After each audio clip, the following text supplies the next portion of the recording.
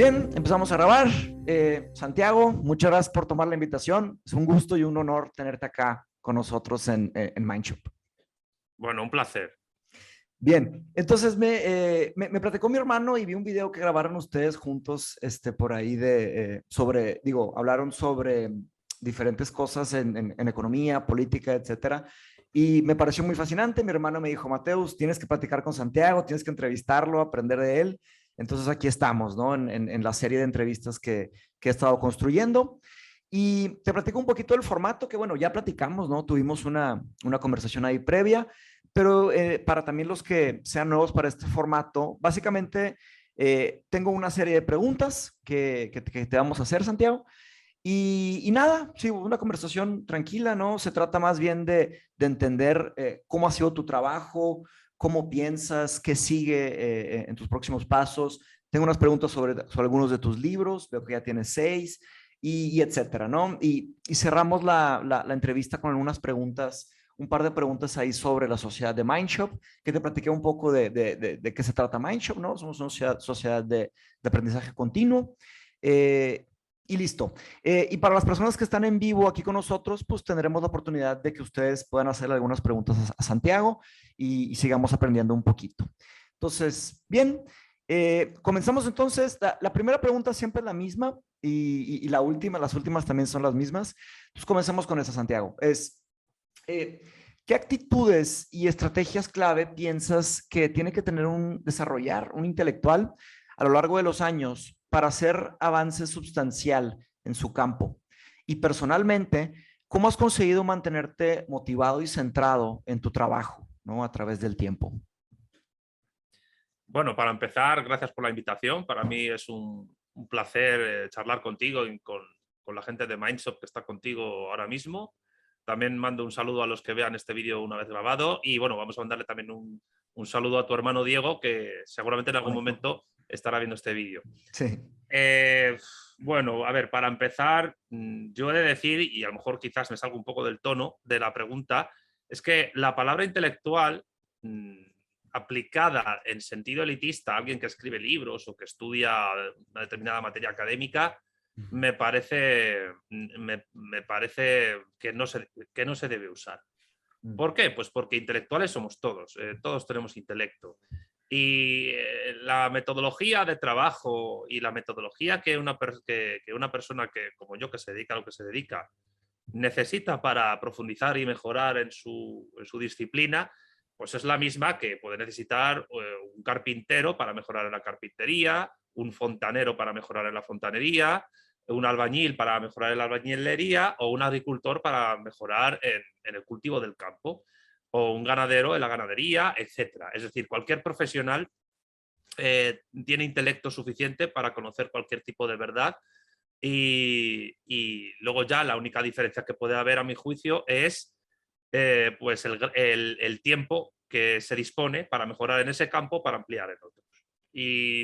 Y yo, por tanto, lo que diría es que como todos tenemos intelecto y todos somos intelectuales, pues cualquier persona puede desarrollar ese intelecto en mayor o menor grado, dependiendo de sus circunstancias, a cualquier tarea que esté haciendo. Y como yo pienso en un sentido universalista sobre el intelecto de todos los seres humanos y entiendo que cualquier persona puede conocer cualquier tipo de verdad, creo que hay que desterrar la palabra intelectual del vocabulario, digamos, común, refiriéndose solo a una suerte de persona que está en una suerte de élite académica o en su torre de marfil o en su burbuja, cuando yo he visto gente tremendamente inteligente y tremendamente valiosa, que no tiene títulos universitarios, ni se dedican a las artes ni las ciencias, que son trabajadores manuales, lo que se llamaban en la Edad Media las artes serviles, que tienen muchísimo mayor nivel en muchas cosas que los que se dedicaban a las artes liberales, es decir, los académicos, las profesiones liberales, etc. Por tanto, yo no soy nada del otro mundo, soy uno más y considero que cualquier persona es intelectual y usa su intelecto para mejorar en su vida y para tratar de hacer la vida de los demás más agradable. Bien, excelente, bien planteado. Y sobre lo segundo, ¿cómo ha sido para ti mantenerte centrado en tu trabajo, en lo que te dedicas como escritor, como pensador? ¿Cómo ha sido para ti a través de los años? Bueno, a ver, la motivación realmente es muy prosaica, en mi caso. Es decir, independientemente de que a mí me interesen pues, determinados temas, ya hablo a nivel académico, pues me interesa mucho la política, la politología, la economía, la geopolítica, la historia, la filosofía de la ciencia, la filosofía de la historia, etcétera. Pues yo desde pequeño, o sea, desde segundo de carrera quería ser profesor de universidad. Y entendía que para ser profesor de universidad, pues uno tenía que acabar la carrera, tenía que hacer un doctorado y después del doctorado, pues tenía que tener una beca postdoctoral y tener artículos publicados en revistas indexadas de alto impacto y luego tratar de acreditarse. En España por lo menos funciona así, por acreditación, por concurso, no es por oposición. Mm. Y bueno, pues esa es la motivación profesional, pues tratar de lograr ser profesor de universidad. Luego ya cada uno se dedica pues, a los temas que más le interesen o que más le gusten. Pero creo que si una persona no tiene yo creo que tiene que darse una doble motivación. Una motivación profesional, evidentemente, que le ayuda a uno a mejorar en su campo. Y luego otra motivación, que la puede tener, ya te digo, lo puede tener un filósofo, la puede tener un carpintero, y no estoy desmereciendo al carpintero porque filósofos somos todos. Otra cosa es que unos tengan sistema y otros no. Todo el mundo tiene su filosofía de vida. De acuerdo. Pues entiendo que siempre, aunque suene esto, yo soy materialista, pero aunque esto suene un poco espiritual, creo que algún cierto sentido de trascender el tiempo que uno ha vivido es importante para poder dedicarte a mejorar en algo. ¿Por qué? Pues porque la vida es finita, uno se muere y todos queremos dejar algo que sea nuestra contribución a la totalidad de la sociedad. Y hay gente pues, aquello que deja la totalidad de la sociedad pues son sus hijos, es su trabajo, es su casa, es haber sido un buen servidor público, es haber sido un buen dispersador de carne en una carnicería, es haber sido un buen policía de guardia de tráfico, es haber sido un buen conductor de colectivo, de autobuses, es haber sido un buen obrero de la construcción, un buen maestro, una buena azafata de congresos, un buen piloto de aviación, un buen gerente de Mindshop, es decir, un buen desarrollador de software, ese tipo de cosas, un buen youtuber, y ofrecer algo en todo ese quehacer que cuando él no esté, pues haya gente que le recuerde y diga, pues mira qué bien esto que hizo y cuánto nos aportó y cómo a partir de ello podemos continuar y hacer cosas. Así que yo creo que esa trascendencia, que no tiene nada que ver con la trascendencia espiritual, sino con la De trascendencia, acuerdo, sí. Si quieres, mundana o si quieres Mundana, terrenal, sí. terrenal, pues eso también es una gran motivación. Entonces yo creo que se tienen que combinar las dos cosas, ¿no? La fortaleza, vamos a hablar en el sentido de las virtudes éticas de Spinoza. La fortaleza y la firmeza en tratar de ser un buen profesional en tu campo y la generosidad para a partir de esa buena profesionalidad ofrecer a los demás algo que sea digno de tener en cuenta, de consideración y que pueda dejar un buen pozo para los demás. Luego hay gente que hace cosas para el mal, pero bueno, hay que intentar pues, evitar a esa gente. De acuerdo, de acuerdo. Muy bien, gran respuesta.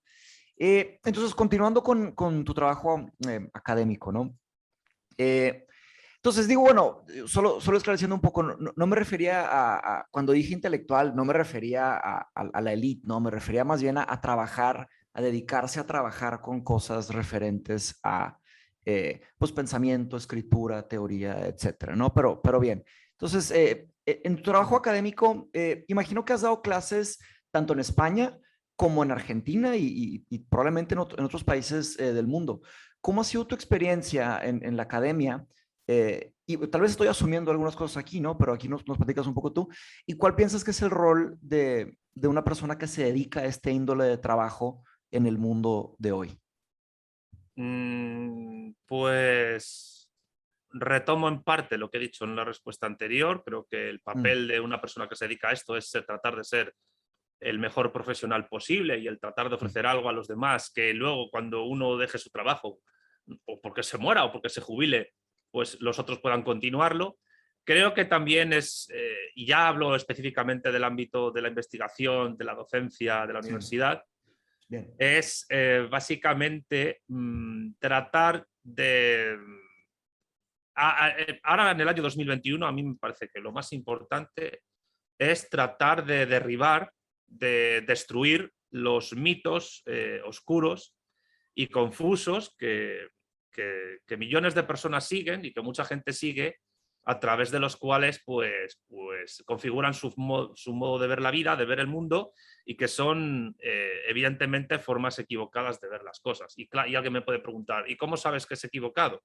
Bueno, pues aunque algo en la práctica muestre su eficacia, su eficiencia, pues la gente vive pues enarbolando mitos, pues, el mito de la izquierda, el mito de la derecha, el mito de la cultura, el mito de la naturaleza, el mito del progreso, el mito de la libertad, el mito de la fraternidad. Hay un montón de mitos con los cuales la gente vive y que muchas veces son simplemente una justificación de un sistema social injusto, ¿no? Por decirlo de alguna manera. Entonces, la labor del académico es tratar de derribar esos mitos y ayudar con ello, sobre todo si ese académico se dedica a las ciencias sociales y entronca las ciencias sociales con las humanidades, sobre todo con la filosofía, pues creo que si eso lleva a una cierta transformación social, pues mejor que mejor, ¿no? O sea, el papel de la filosofía y de la teoría política, porque el politólogo no deja de ser una suerte de filósofo que sabe estadística. El papel de la filosofía es deshacer esos mitos. Evidentemente hay otros mitos que pueden ser neutrales, que no son ni oscuros ni luminosos, y luego hay mitos luminosos, ¿no? Como el mito de la caverna de Platón, que sabemos que si uno ha leído a Platón, pues él escribía casi de manera literaria, era un gran Sí, narrador, un fantástico gran escritor. narrador, Sí. y al mismo tiempo pues utilizaba los mitos de su época y él construía otros que le servían pues para ayudar a la gente pues a salir de su oscuridad y su confusión. Y me parece que el mito de la caverna, que aparece en la República, tal y como lo expone, es un gran ejemplo de mito luminoso. Puede que sea inevitable que una sociedad sin mitos, pero creo que es importante que aunque esto también lo hacen los científicos naturales, los ingenieros a su manera, yo creo que es importante utilizar la racionalidad, la disciplina académica, la disciplina del conocimiento de las ciencias sociales y de las humanidades para tratar de derribar esos mitos. Y es una tarea ardua, muchas veces solitaria, muchas veces incomprendida, porque ya sabes que en la República, pues cuando el que sale de la caverna pues intenta volver para contarles a los que están adentro, Sí, mira lo que probablemente hay lo vayan a matar. afuera, Sí, probablemente lo quieran es lo matar. que dice Platón, ¿no? Sí, Sí, se imagina que probablemente lo vayan a matar. Sí. claro. Entonces, digamos que esa es la parte riesgosa que uno tiene que asumir, ¿no? Que salir de la caverna es un proceso difícil, y luego querer volver a ella para hablar a tus coetáneos sobre lo que has visto puede Doblemente ser difícil. doblemente difícil, porque Sí, algunos te harán caso, otros no te harán caso, sí. otros intentarán cancelarte, como dicen ahora, Mm. O llevarte a pensarán los... que uno está loco, ¿verdad? También. Sí, sí, o pensarán que uno está loco Sí, y bueno, pues digamos que esa es la parte difícil del asunto. Pero bueno, Platón también fue a Siracusa a intentar imponer su república, fracasó estrepitosamente, pero lo que sí es cierto es que dejó un pozo tal en la historia que, que ahora buena parte de los que se dedican a estas cuestiones de la teoría política, de la filosofía, afirman, y yo creo que con razón, que toda la historia de la filosofía se podría resumir en un sinfín de notas a pie de página de la obra de Platón. sí, de Alfred North Whitehead, ¿no? El A matemático y Whitehead, filósofo británico. Sí, exactamente. sí, es impresionante. De hecho, interesantemente, esta semana, bueno, la semana pasada di la clase de Alegoría de la Caverna de Platón y esta semana estoy dando la clase de las otras figuras, ¿no? De la metáfora del sol y de la línea dividida, ¿no? Mm, Y es interesante porque mucho de lo que las personas hablan de la alegoría de la caverna es cómo es la salida, pero también está el regreso, ¿no? Que es una parte importante. mm. Y la confusión que enfrentan las personas que siguen adentro de la caverna al ver a una persona regresando a la caverna. Es fascinante, creo que es algo que me gustó cómo lo planteaste, como un mito de luz de alguna forma, ¿no? Eh, Sí, entonces, bien, avanzando un poco, entrando un poco en materia de tus libros, vi que ya tienes 6 libros publicados, felicidades. Después te voy a pedir ahí algunas ligas para que pongamos por ahí, para que alguien interesado en tu trabajo le eche un ojo. Quería preguntarte un poco, Santiago, ¿cómo fue tu experiencia escribiendo tu primer libro? ¿Y cómo ha ido cambiando esta experiencia? Porque ya vas en el sexto y sospecho que vienen más, ¿no? sí, sí, vienen más, sí. Pues el primero, hombre, el primero, pues tú imagínate, es perder la virginidad, ¿no? Eh, de alguna manera. O sea, nunca estás preparado, pero cuando llega, pues dices, venga, por ello. Y ya había autopublicado 2 obras antes, pero no contaban, en el 2012 y la otra en el 2014. La primera fue simplemente un trabajo de fin de asignatura en cuarto de sistemas políticos comparados, y la otra fue mi tesina, el trabajo para conseguir el permiso para poder hacer la tesis doctoral.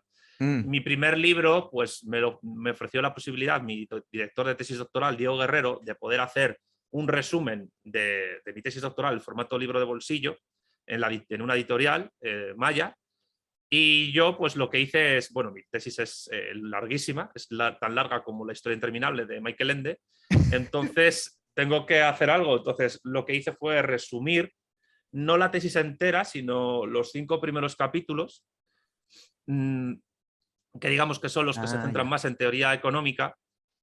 Mi tesis tiene 7 capítulos y es una tesis donde trato de comparar la teoría del valor-trabajo de Marx con la teoría de la utilidad marginal de los neoclásicos y también de la escuela austríaca a través de la teoría del cierre categorial, que como entrevistasteis a Carlos Madrid, pues Sí. sabréis que es la filosofía, la teoría de la ciencia del materialismo filosófico de Bueno.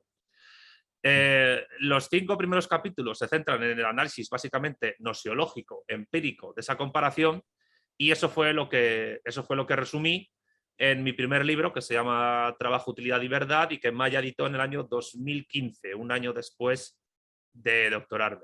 Quedaban otros 2 capítulos, los que con el tiempo los he ido repasando y cambiando y Mm, adaptando ya a un contexto de fusión de la filosofía de Bueno con la de Marx, que yo sí. llamo materialismo político, Mm. y después de bastantes años, pues ese libro ha salido, es el sexto, y es La Vuelta al Revés de Marx, que publicó el año pasado el Viejo Topo.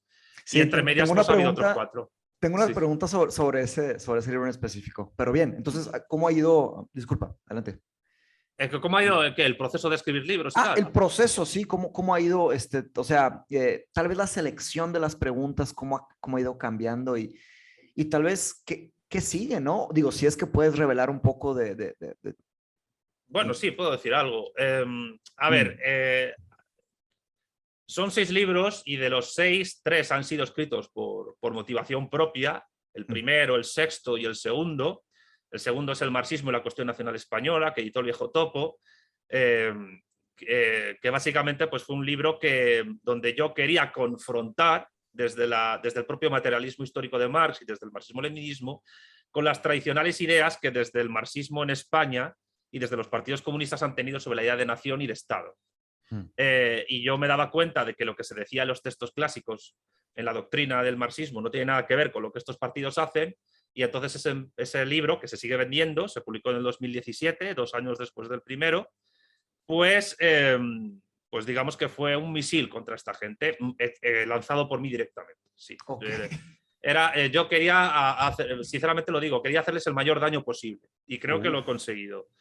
Y luego ya los 3 siguientes libros son por encargo, que es, o sea, ya es una situación diferente.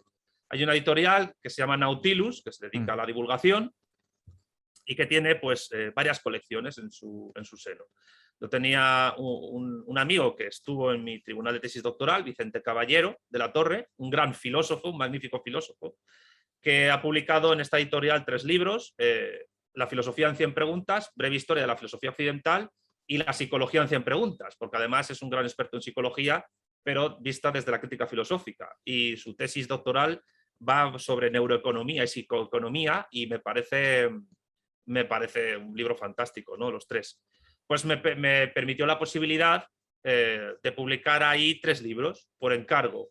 El tercero, La economía en 100 preguntas, se publicó en 2018 El segundo, Breve Historia de la Economía, se publicó en 2019 y se publicó un poco antes de ir a Argentina con la beca postdoctoral. Y luego en 2020, unos meses antes de la vuelta del revés de Marx, se publicó el penúltimo, el quinto, La política en 100 preguntas. Entonces, esos libros, el de la economía y el de la política, pues tú imagínate el formato, pues son 10 capítulos, cada capítulo con una serie de preguntas, pero las preguntas sirven como de epígrafe para desarrollar un tema. En el primer caso de la economía, de la disciplina de la economía, y en el segundo caso de la política. Mientras que Breve Historia de la Economía, pues es un libro muy breve, breve, una cosita de bolsillo, donde trato de narrar todo el desarrollo humano a través de la producción de cosas, que luego ha permitido construir el campo económico, y que va básicamente del Australopithecus hasta Internet. Wow. Y donde trato de ofrecer una visión materialista de los modos de producción, tal y como se desarrollan en la historia, y sus transiciones. Y esos 3 libros de Nautilus, pues no sé si estás en México, pero en México se pueden conseguir porque Nautilus distribuye por allí. Y nada, y los próximos libros, pues ahora en diciembre tengo que empezar el 7º, pero de momento no puedo contar de qué va. Ok, muy bien. Nos esperaremos entonces y a ver si hacemos otra ya más adelante para hablar un poquito sobre el tema. Vale. Bien, entonces, hablando un poquito del tema de política, vi que en tu canal de YouTube tienes una serie de videos explicando qué es realmente la izquierda o las izquierdas, ¿verdad? Y tienes otro que es qué es realmente la derecha. Y digo, sé que son preguntas grandes para que abordes brevemente, ¿verdad? Pero me gustaría escuchar un poco de ti sobre un poco, digo, parte de la explicación de estas definiciones, ¿no? Y que los que estén aquí puedan entrar un poco en esto. Y también las implicaciones del hecho de que no todas las personas tienen este entendimiento de las izquierdas y la derecha, ¿verdad? ¿Qué implica esto, ¿no? En un nivel general, ¿no? Para las personas en el día a día, ¿no? Bueno, yo creo que para empezar habría que decir que actualmente la distinción izquierda-derecha, que es una distinción clásica en política e histórica, que surge con la Revolución Francesa, a la izquierda se sentaban los partidarios pues de que el tercer estado tuviera más peso en Francia, y a la derecha los partidarios que se mantuviera todo como estaba. Pues es una distinción que cada vez es menos política y más sociológica. Se ha llegado a un punto tal que la fusión o la confusión, mejor dicho, entre lo que son las izquierdas y lo que es la derecha es cada vez mayor, hasta el punto que actualmente te encuentras personas que no lo saben, que se adscriben en la izquierda y defienden ideas de derecha, y viceversa, personas que no lo saben, se adscriben en la derecha y defienden ideas de izquierda, porque todo se ha mezclado en el capitalismo, la democracia y más pues después de las 2 guerras mundiales y particularmente después de la caída de la Unión Soviética. Sin embargo, estos vídeos, que con ellos empecé realmente a darle duro al canal, aunque vendrán más vídeos en el futuro, Bien. pues yo he tratado de exponer, o estoy tratando de exponer, la teoría sobre la izquierda y sobre la derecha que, bueno, desarrolla sus libros El mito de la izquierda y El mito de la derecha. Y básicamente, pues se basa en que mientras que la derecha es una y se define positivamente porque tiene relación con el antiguo régimen, con la unión del trono y el altar y con la sociedad estamental previa a la Revolución Francesa, aunque la derecha tiene sus modulaciones, es decir, también tiene enfrentamientos internos entre sí y se va adaptando según las izquierdas van avanzando. Las izquierdas se definen en negativo porque se definen contra el antiguo régimen. Y además las izquierdas tienen proyectos que son racionalistas o pretenden ser racionalistas y universalistas, mientras que las derechas pueden ser universalistas y son religiosas, pero normalmente suelen ser particularistas. Sus proyectos son para una casta determinada, para una clase determinada o para una etnia y o en clave racista para una raza determinada. Yeah. Bueno distingue en el caso de las derechas alineadas con el antiguo régimen y las no alineadas. Ahora mismo estamos tratando en el canal las alineadas. Queda por ver la derecha socialista, que se verá, que estoy montándolo ahora, esta mañana montándolo. Okay. Y luego las derechas no alineadas con el antiguo régimen, que son, que aunque no se definen por defender la unión del trono y el altar, tienen elementos particularistas o irracionalistas en sus ideas. Y luego que haré 2 vídeos sobre sobre esas derechas. Una sería las derechas internas a un Estado, básicamente el fascismo y derivados, y otras son las llamadas derechas extravagantes o incluso que se podrían llamar derechas posmodernas, ¿no? Y luego en las izquierdas, pues bueno, distingue las definidas de las indefinidas. Las definidas son generaciones que van surgiendo en la historia y se definen porque tienen un proyecto respecto del Estado, respecto de la sociedad política, a la cual quieren transformar para desarrollar ese proyecto. Las 6 generaciones que hasta el momento han existido, según bueno, son los jacobinos, los liberales, los anarquistas, los socialdemócratas, los comunistas, los bolcheviques y la izquierda asiática, la República Popular China actualmente, que es la más potente.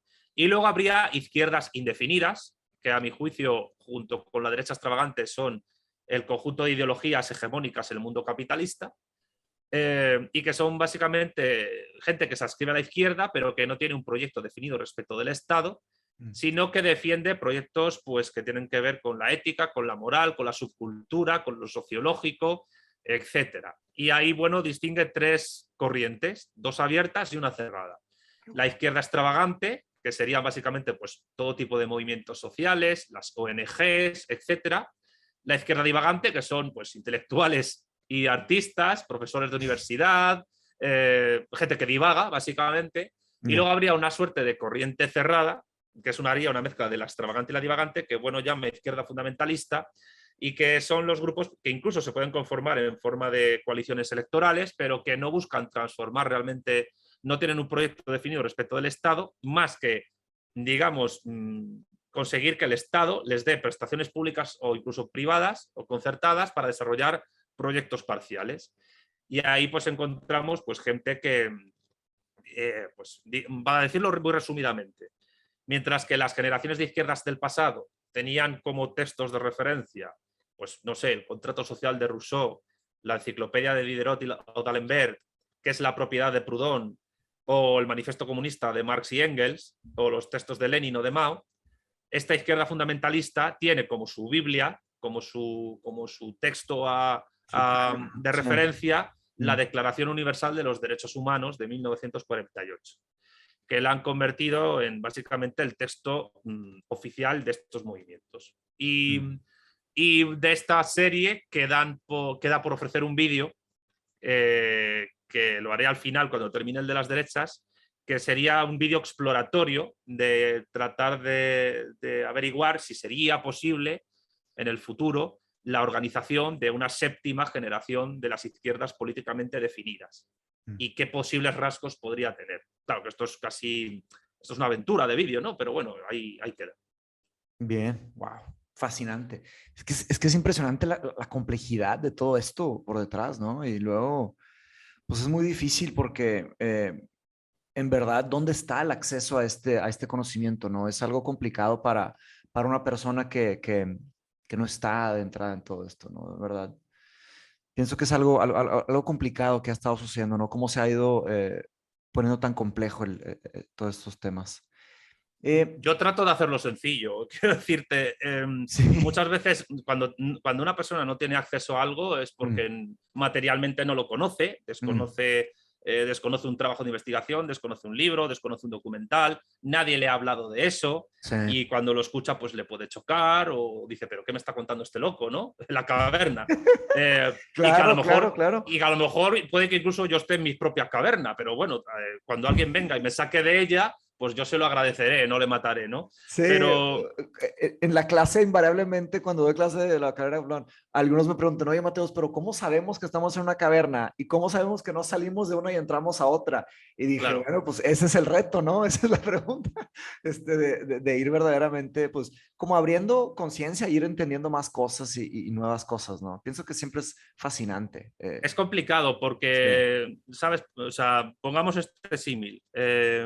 La oscuridad de la caverna no te deja ver, pero una luz cegadora tampoco. Entonces, ¿qué es peor? Pues a lo mejor en la caverna te acostumbras a la oscuridad y la luz cegadora te deja ciego para siempre. Así que hay que tener cuidado, pero sí es verdad. Metódicamente, ¿no? Paso a Sí, paso. hay que tener un método. Por eso en ciencias sociales, en humanidades, en filosofía, los autores desarrollan sistemas, desarrollan metodologías de trabajo Sí. que les permiten llegar a ciertos puntos. Yo, por ejemplo, ¿por qué apuesto, sin negarme a otras influencias, por fusionar a Bueno con Marx? Claro. Porque Bueno creo que tiene ahora mismo la filosofía crítica más potente que existe, pero le falta el componente de Marx, que además de crítica es transformación social. Wow. Y claro, entonces yo creo que si a Bueno le quitas Marx, cojea. Y Marx, para poder adaptarle al mundo postsoviético en el que vivimos, necesita una cosmovisión crítica demoledora. También es verdad que cuando fusionas dos sistemas filosóficos o tratas de hacerlo, lo que te sale es una tercera cosa que ya no es igual a ninguna de las dos anteriores.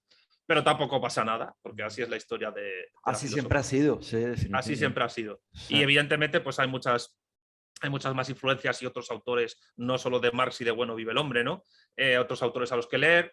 Pero yo creo evidentemente que ahora mismo se necesitan herramientas que, a ver, ya yo siempre, Mateus, hago este símil o esta analogía. El filósofo o el teórico de la política o el politólogo o el economista son parecidos a los cartógrafos. Cuando tú, a los geógrafos, cuando tú elaboras una teoría o elaboras una doctrina, una investigación, es como si estuvieses trazando el mapa, dibujando sí. Estás construyendo un mapa. Claro que los mapas, si los dejas hechos, pues son muy bonitos, hay algunos que son preciosos, sobre todo los de la Edad Media o los del siglo XVI, XVII, pero realmente el que obliga a que el mapa se modifique es el navegante. Es el que coge un barco y a través de ese mapa navega por ciertas tierras y cuando vuelve obliga al que ha hecho la cartografía o a otros a cambiar el mapa. Confirma o niega lo que, ¿verdad? Sí, todo claro. Eso. Y entonces el mapa tiene que transformarse. Por eso Bueno, es un cartógrafo, pero Marx es cartógrafo y navegante. En ese sentido es más Platón que Aristóteles. Y Aristóteles, para escribir las leyes, tuvo que fracasar en Siracusa cuando trató de implantar la República. Porque Platón. Sí. Claro, Platón, porque las leyes es una obra de madurez donde algunas cosas mantiene de antes, pero otras las tiene que modificar. Y en ese sentido, el materialismo tiene que ser una filosofía que sea al mismo cartografía y navegación. Entonces, nosotros somos al mismo tiempo sujetos empíricos y exploradores. Y la política es exploración. El que se dedica a la política, a la acción política y elaborar una teoría, es una acción práctica también, es un explorador de la realidad. Y es la relación pues, marxista típica, ¿no? De teoría y praxis, que se van retroalimentando y la praxis confirma una teoría y la teoría te ayuda a conformar una praxis. Así que eso es lo que falta ahora, ¿no? Esa relación dialéctica entre teoría y praxis, entre cartografía y navegación, que yo creo que tiene que ser reivindicada desde cualquier disciplina del conocimiento, pero en un sentido y con una sistematicidad que no haga que ni tu navegación ni tu cartografía sean estériles, sean en vano y acabe siendo pues una suerte de pendejo extravagante o divagante que lo único que consiga con sus teorías es tener un buen sueldo en la universidad y poco más. Porque ese es el gran problema, que mucha gente, y ya con esto termino la respuesta a tu pregunta, bien. Sí. Mucha gente creo que sostiene tonterías en la universidad, en el mundo académico, porque les da de comer. La docencia, o cómo se llama, el tenure, ¿no? Tenure es la cátedra, ¿no? Se dice la cátedra, ¿no?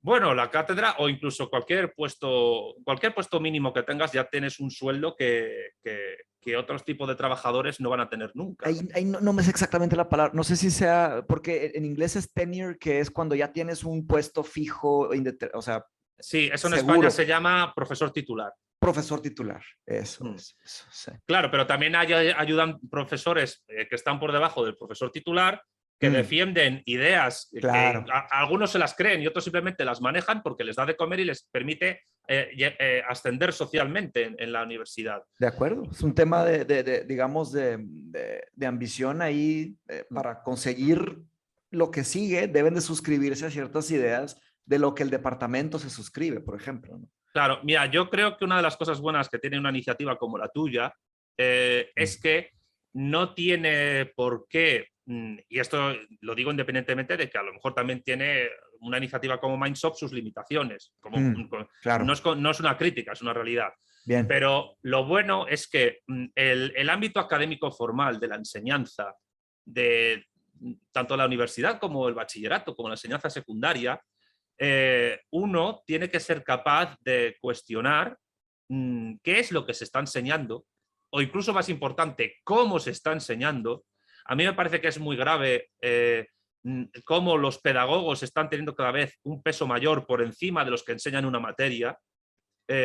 Como si fuesen ¿Pedagogos? ¿A qué te refieres con pedagogos? pedagogos, me refiero a los profesionales que se dedican a la pedagogía, que se dedican a decirle a un docente cómo tiene que enseñar para que el alumno Ya. se sienta bien, conecte con las ideas, no tenga ningún trauma personal, Ya. etcétera. Yo, además, abro un pequeño paréntesis, soy un gran defensor de los traumas psicológicos, no porque crea que la gente deba sufrir con ellos, sino porque creo que muchas veces tener un trauma es algo positivo para que una persona se supere a sí mismo y llegue a un punto superior de elevación. Bien, de Y si acuerdo. ahora, no, me he explicado. Siempre y cuando la persona tenga la estructura física para soportar dicho trauma y no la rompa, Sí, ¿verdad? por supuesto, pero quiero decir que yo qué sé, que a ti te dan miedo las alturas, pues, pues luego te lanzas en paracaídas o simplemente pues te dedicas a otra cosa, eres un gran minero, yo qué sé.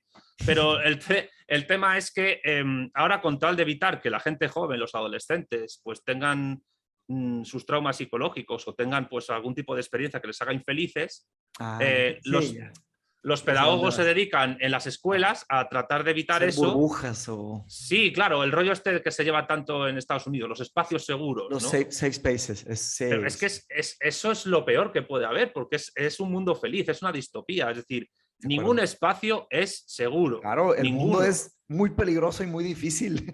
A ver, Mientras más. tú te puedes matar resbalándote en la bañera de tu casa. 100%. Entonces, ¿cómo vas a hacer un espacio seguro de mejor no oigo determinadas ideas que me hagan un triggered, como dicen en Estados Unidos, que me queden hay un trauma? No, Sí, no, es no, vamos a complicado.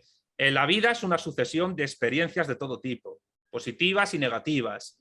Y algunas son tremendamente dolorosas, pero es que en la vida el dolor, el sufrimiento, no es que haya que hacer de ello un panegírico, ni te tenga por qué, ni tienes por qué acostumbrarte a ello, pero sí, yo creo que la mejor manera de saber cómo ir a la superficie es tocar fondo.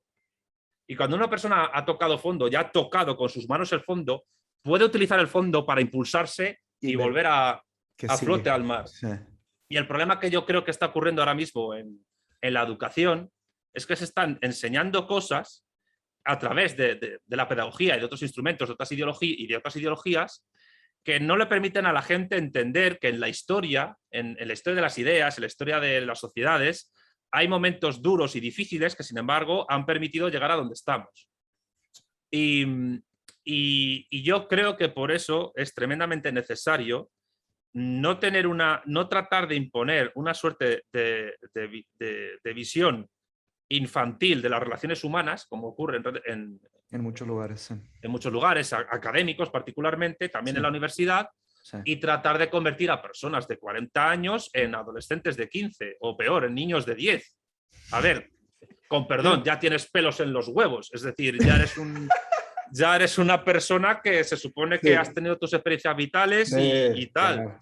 Entonces, creo que hay que luchar enormemente contra ese proceso de infantilización que la gente adulta en el mundo democrático occidental está sufriendo, no solo por los pedagogos, sino por otra gente, que nos está alejando realmente de entender quiénes somos y de dónde venimos e incluso a dónde podríamos ir. Y creo Ya. que eso es una cosa que desde la filosofía y desde las ciencias sociales más críticas hay que hacer de una manera sistemática bueno, y a fondo. Gracias, completamente, o sea, gracias por el comentario, por lo de Manchu, ¿no? No, y reconozco mis limitaciones. Claro que hay muchas otras ventajas en, por ejemplo, tener, no sé, 100 profesores conversando y se produce, ¿verdad? Pero pienso que esa es una de las ventajas de Mindshop, ¿no? Y de hecho, la última pregunta de esto se trata de esto, te me adelantaste un poco, pero muy bien, ya veo que ya lo tienes, ya tienes ahí estructurado eh, el pensamiento, ¿no? Oye, y solo un último comentario sobre el tema de Platón, ¿no?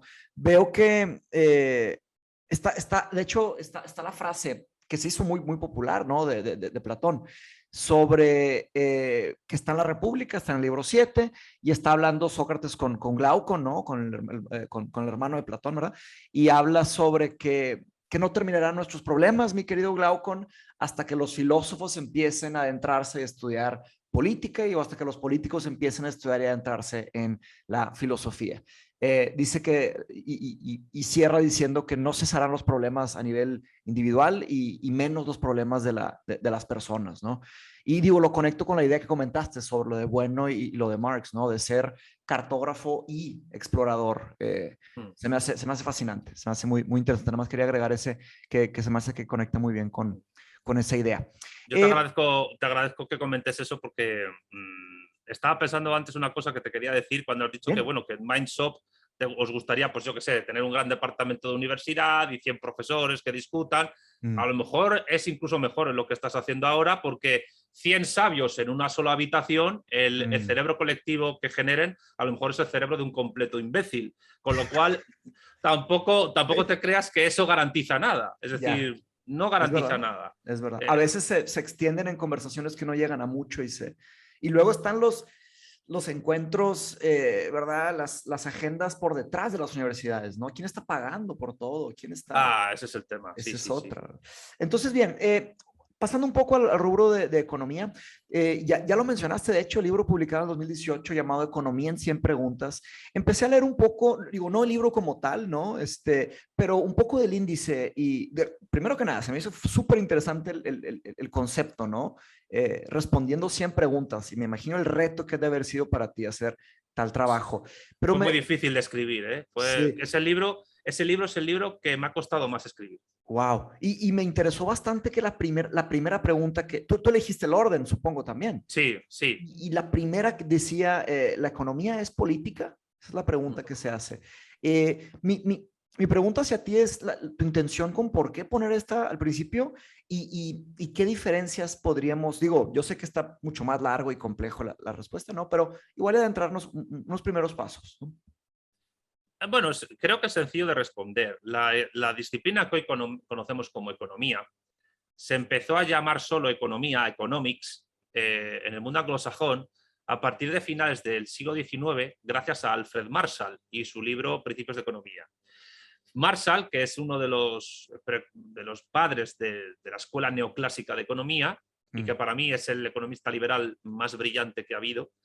Evidentemente yo no soy liberal, pero he de reconocer la brillantez de las personas. Bien. Él entendía que la economía tendría que tener una capacidad, un campo empírico mucho más acendrado, mucho más cerrado, y tenía que desprenderse de cualquier tipo de contaminación ideológica y por eso y política, por tanto. Y por eso quiso quitar el adjetivo política a la disciplina que antes, durante muchísimo tiempo, desde el siglo XVII, desde que Antoine de Montcretien escribió el Tratado de Economía Política, se llamó economía política, la disciplina.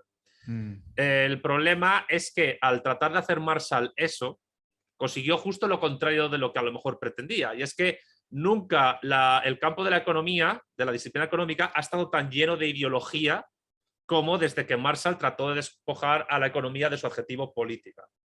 Yo, sin embargo, reivindico que la economía es política porque la economía es economía política.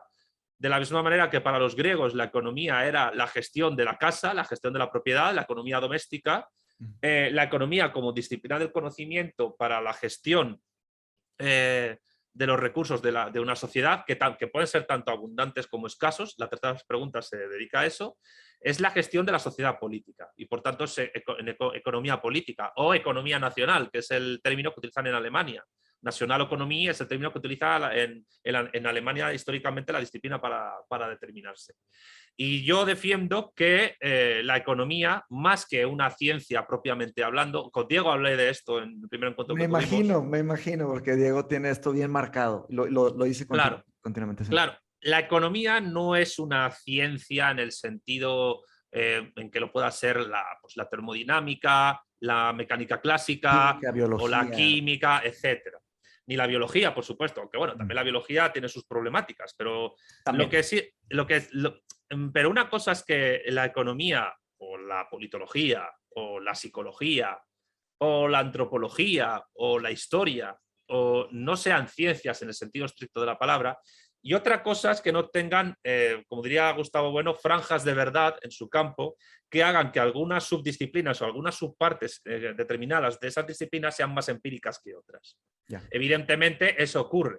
Lo que ocurre es que estos campos de las ciencias sociales tienen muchísima dificultad en cerrarse, en tener un cierre categorial, en el sentido de bueno, y por eso están en continua dialéctica con otras disciplinas y a veces se ven contaminadas de ideología o de ideas de otra disciplina. Yo considero que, por ejemplo, la economía política desde Marshall y particularmente a través de los neoclásicos y de la escuela austríaca está tremendamente contaminada de psicología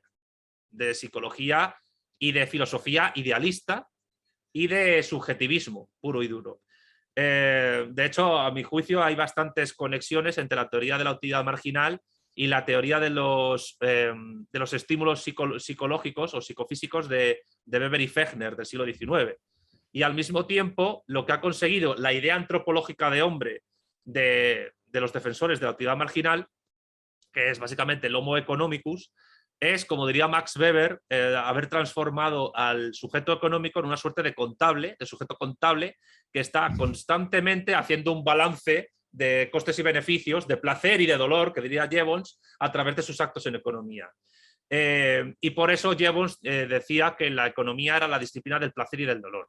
Marshall decía que la única manera para medir el placer que le puede permitir a una persona conseguir una determinada mercancía, es decir, el grado marginal de utilidad, es el precio que estaría dispuesto a pagar por algo. Ya. Pero claro, ¿cuál es el problema de ese aserto? Que es imposible saber cuánto estaría alguien dispuesto a pagar por algo. Tú solo puedes saber aquello que efectivamente pagas por ese algo. Porque a lo mejor tú por un, Mateus, tú por un carro, por un auto, podrías pagar Pagarías. un dólar. Sí. ¿Por qué no? Pero no, hay unos precios que no dependen de ti porque oscilan alrededor del precio de producción y del coste de producción, y al mismo tiempo se tiene que los precios son oferta y demanda, pero la demanda no tiene por qué intervenir en absoluto en la actividad marginal, sino que es puro efecto precio, o sea, efecto sustitución más efecto renta, o sea, cambios en la renta del consumidor y en el desarrollo de las fuerzas productivas y ver cómo se conjuga eso, porque yo no niego que los precios comerciales sean oferta y demanda, lo que niego es que la utilidad marginal determine la demanda, incluso sobra dentro de la explicación de los precios. Y de la explicación, por tanto, de la demanda. Yo creo que la demanda se puede explicar en un sentido materialista sin recurrir al idealismo de la utilidad marginal. Y el problema, a mi juicio, es que la economía es una disciplina que al mismo tiempo es invasiva de otras y que se ha tomado como una suerte de... Esto ya lo estudió Marx, por eso el título El Capital, crítica de la economía política. La economía, esto a Diego le va a encantar, la economía se ha convertido, a mi juicio, en una suerte como de nueva alquimia, de nueva disciplina que es capaz de explicarlo absolutamente todo, al mismo tiempo que los economistas tienen siempre todos muchísimo prestigio social, mediático, etcétera, y muchas veces parece ser que tienen la llave para resolver todos los fenómenos. Eso es falso. Una de las claves que determina por qué la economía política no es una ciencia en el sentido antedicho es la cantidad de escuelas que tiene. Es decir, tú no verás en termodinámica ni verás en astrofísica escuelas. O no verás en química escuelas. Claro. Sin embargo, en la economía fórmulas, encuentras... vas a ver trabajo de verdad, o sea, metodologías, experimentos, no verás escuelas como tal, ¿verdad? No verás escuelas ni verás modelos estáticos que son incapaces de entender el dinamismo de la sociedad, o verás ideas tan peregrinas como la de la mano invisible, las del orden espontáneo de los mercados, Yeah. la del grado último de satisfacción que hace correr marginalmente la derivada matemática de un bien determinado cuando tú consumes la última unidad de ese bien en un stock, eso es la utilidad marginal, o sea, es pura metafísica, la verdad. Sí. Y Más al allá mismo, claro, y al mismo tiempo, pues es una disciplina que está constantemente trufada de ideas psicológicas, filosóficas, y que influye en otras disciplinas hasta el punto, pues, por ejemplo, tú te encuentras en la biología, pues términos económicos utilizados para analizar muchos fenómenos naturales. yo qué sé, por ejemplo, hablar de placer y de dolor en el comportamiento de la selección natural de los animales me parece una burrada, pero yo he escuchado a biólogos hablar así. Incluso influye socialmente. O sea, yo, por ejemplo, recuerdo que hubo una época en el metro de Madrid, en el subterráneo de Madrid, que hace muchos años que se empezó a poner publicidad de empresas en las estaciones y en vez de llegar a la Puerta del Sol, llegabas a Puerta del Sol Vodafone, que era una marca de celulares. No, en la estación se En la llamaba. estación, sí. Y Wow. la gente pensaba, bueno, mientras eso haga que el precio Metro baje, del, no, no les importa. Sí. pero es que es falso, no solo no bajó, sino que, que aumentó el precio Porque de los viajes y no, a partir man. de ese Pues momento, fue aunque negocio, porque es no, negocio. claro, es que tienes que pagar la publicidad y la gente, en vez de pagar por cualquier tipo de viaje, sea el tramo que sea, un precio único, pues pagaba según el tramo. Y entonces a lo mejor pagas 5 euros por un tramo largo que recorre todo Madrid. Y Madrid es una ciudad muy extensa. Y también se notaba en la megafonía, porque empezaron a decir, en vez de estimados viajeros, estimados clientes. Y... Y claro, y entonces tú ves ahí las conexiones Sí, sí, en el lenguaje, ahí va del saliendo. lenguaje y dices, es que rezuma una cosa aquí. Y por eso yo creo que la ¿Pero economía se quitó política eso, Santiago? ¿Se quitó? se quitó con los Ok, años, pero ok, ocurrió. ocurrió y fue muy curioso. O sea, para un sociólogo, un antropólogo sería algo fascinante. Sí, definitivamente. Eh, a mí la economía política me fascina como disciplina, pero yo estoy con Joan Robinson. Hay que estudiar economía para no creerse las mentiras de los economistas y creo que al mismo tiempo hay que retomar pues el trabajo de Marx en el Capital, que es la crítica de la economía política. Porque nosotros no solo estamos haciendo economía, no solo estamos analizando los fenómenos sociales que se dan dentro del campo económico, sino que hay que también criticar los fundamentos antropológicos y ontológicos que muchas ideas de muchos economistas están ahí, o sea, de muchas ideas liberales que impregnan la economía política. Que yo, por ejemplo, una cosa que no soporto y que tiene que ver con un método que a mí me parece nefasto y que no te permite en absoluto entender ni la historia, ni los grandes fenómenos políticos ni geopolíticos, es el individualismo metodológico. O sea, tú no puedes explicar lo macro a partir de lo micro. Es al revés. Lo micro surge y está determinado absolutamente por lo macro. En economía lo importante es la macroeconomía, no la microeconomía, que en el fondo es una cuestión de gestión que hay que entender, pero son las grandes relaciones macroeconómicas las que tienen que ver con el comercio a gran escala, con las relaciones entre estados, con las relaciones de poder, lo que puede determinar las relaciones económicas. Y por tanto, hacer derivadas matemáticas a partir del grado de satisfacción último que a una persona en su cerebro le puede proporcionar una mercancía, Ya. si lo piensas detenidamente, no es más que una suerte de frenología readaptada a los tiempos que corren. ¿Frenología? Frenología. La frenología era una pseudociencia del siglo XIX Ya. que tenía una parte de verdad, porque entendía que cada área del cerebro tenía una función determinada y eso se ha descubierto que es cierto, pero al mismo tiempo pensaba que a partir de esas áreas cerebrales las personas podían proyectar fenómenos a la realidad de fuera y determinar comportamientos. Que eso, Y, pues, nada que ver, sí. y eso, claro, es que no hay pseudociencia que no tenga alguna base empírica real. Ya. Por eso son pseudociencias y no son anticiencias. Y tampoco es descartable que Es de lo las peligroso, ¿no? pseudociencias, claro, es Es lo peligroso. peligroso. Sí. O sea, yo creo que los microeconomistas liberales, austríacos y neoclásicos muchas veces son frenólogos o neofrenólogos. Entonces, yo reivindico, sinceramente, que la economía sea una disciplina que sea criticable en sus fundamentos y que incluso se entienda que esos fundamentos ideológicos son los que son porque se busca que solo se entienda por economía empíricamente válida la que es ideológicamente liberal. Y eso ocurre desde Adam Smith. De hecho, esta tarde en mi canal de YouTube, en 5 horas, se va a estrenar un vídeo que se llama Crítica de Gustavo Bueno al liberalismo económico, donde en parte expongo esto. Es decir, la economía es economía política. es siempre economía política porque en la economía hay relaciones entre sociedades políticas, entre estados o entre sociedades preestatales o postestatales. Y tratar de entender esas relaciones tan complejas a gran escala a partir del individualismo metodológico o del subjetivismo, a mí me parece un absoluto error. ¿Qué pasa? Que mucha gente lo sostiene, pues también por lo mismo que te he dicho antes, porque les da de comer en la academia, en la televisión o donde sea. Sí. Bien, wow, bastante, ¿eh? Te comparto que tengo muy poco conocimiento de todos estos campos que mencionas, pero por eso me hace fascinante tenerte aquí con nosotros, ¿no? Para empezar a adentrarnos. Ahora bien, sobre Gustavo Bueno, sobre el libro de La Vuelta del Revés de Marx. Y sé que ya hablaste un poco sobre este libro, pero ¿podrías hablarnos un poco más sobre la temática de este libro? Tiene que ver, digo, mi pregunta sería que está asociado con esta idea de lo que comentaste del cartógrafo y el navegador, me imagino, ¿no? Sí. Pero ¿cómo hiciste ese trabajo sintético, ¿no? Porque sería un tipo de síntesis. Bueno, ese trabajo empezó realmente hace muchos años en la carrera y tuvo su primera concreción por escrito realmente en mi tesis doctoral. Ese libro es una reescritura y readaptación de los 2 últimos capítulos de mi tesis doctoral, porque en mi tesis todavía yo no había planteado una fusión de ambas filosofías, no la había planteado en absoluto.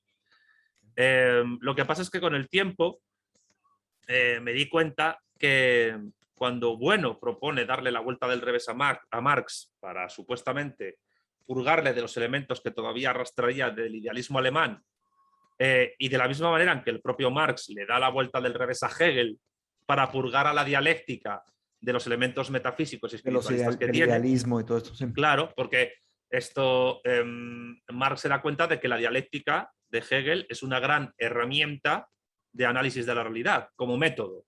Y por eso él dice que hay que ponerla de pie. O sea, dar la vuelta del revés a algo es ponerlo de pie, no es ponerle a hacer el pino, es ponerle boca arriba. Y entonces, Bueno sugiere hacer lo mismo con Marx a través de determinados elementos, como pueda ser la relación base-superestructura, la cuestión de si el materialismo de Marx es monista o es pluralista, la cuestión de la relación entre la dialéctica de clases y la de estados y la de imperios, la relación entre socialismo y comunismo, o la propia idea de alienación, por ejemplo, ¿no? Y hay muchas otras. La cuestión es que yo me di cuenta con el tiempo, leyendo no solo a Marx, sino a otros clásicos del marxismo, que esa propuesta de vuelta del revés de Marx que Bueno propone, es el propio Marx y los propios discípulos, incluso Engels, de Marx, los que la van realizando, no en ejercicio, pero sí en representación, es decir, no con los términos que utiliza Gustavo Bueno, sino con otros, pero está ahí, a medida que va avanzando el desarrollo del marxismo. Si bien es verdad que al no haberse hecho en ejercicio, sino en representación, eso puede llevar en muchos casos a confusión por parte de alguna gente que se llama marxista, Claro. ¿no? Lo que se llama el marxismo vulgar. Entonces, ¿a qué conclusión llego yo? Pues que ya en Marx hay dialéctica de clases, de estados y de imperios, que la filosofía de Marx no es monista, sino que es pluralista. Eso se ve, por ejemplo, en la ley del valor, donde no hay una única dimensión, sino que hay 3, valor de uso, valor de cambio y valor, que se corresponden con los géneros de materialidad de Bueno en su ontología, en ensayos materialistas. Valor de uso con M1, es decir, la realidad físico-corpórea, valor de cambio M2, es decir, la realidad psicológica, y valor con M3, es decir, la realidad, la dimensión lógico-abstracta, vamos a decirlo así. Y por tanto, en Marx hay un pluralismo ontológico de la materia, que luego Lenin en el materialismo y empiriocriticismo lo profundiza cuando dice que la materia es infinita en profundidad y que es plural. De hecho, en el Diamat soviético había 2 vertientes, la hegemónica monista, pero luego hubo otra pluralista. Y bueno, y luego la relación base-superestructura, que Bueno dice que son conceptos conjugados y que de la misma manera en que la base influye a la superestructura influye a la base. Influye a la base. Y, o sea, es decir, una metáfora orgánica en vez de arquitectónica. La base sería el esqueleto, la superestructura, el resto de tejidos, los músculos, la piel, los órganos, etc. O la base son las raíces del árbol y la superestructura son las ramas y las hojas que permiten a la planta realizar la fotosíntesis y recoger la lluvia, los rayos del sol para vivir. Oxígeno. Pues esas metáforas orgánicas ya las puedes encontrar en Lenin o en Gramsci. Con lo cual, y ya Engels tiene una carta donde afirma que la superestructura es tan importante como la base. Lo único que la base determina la realidad económica superestructural, pero la superestructura retroalimenta la base. Con lo cual ya son conceptos conjugados en el Marx y en el resto de marxistas. Al mismo tiempo, la idea de comunismo en la crítica del programa de Gotha no es una sociedad anarquista final a la que se llegue pues, en un proceso teleológico, en absoluto. En Marx la revolución es una posibilidad debido al conflicto capital-trabajo, pero que en momentos de contradicción dialéctica se convierte en necesidad, aunque puede darse o no, necesidad sobre todo para el proletariado.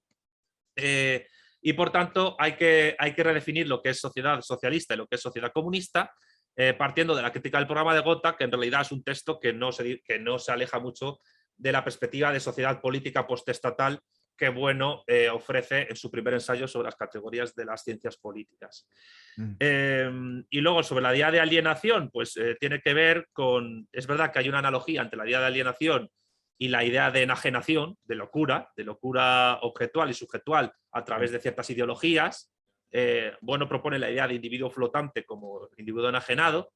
También yo propongo otra idea que además de la del flotante, que es el enajenado, es la del individuo hundido, que es el individuo que es consciente de su situación, pero que es un sujeto prostrado por determinados poderes políticos y económicos, casi en el régimen de semiesclavitud, pero es que al mismo tiempo la alienación en Marx es un extrañamiento, en tanto que el sujeto es enajenado, extrañado, alienado.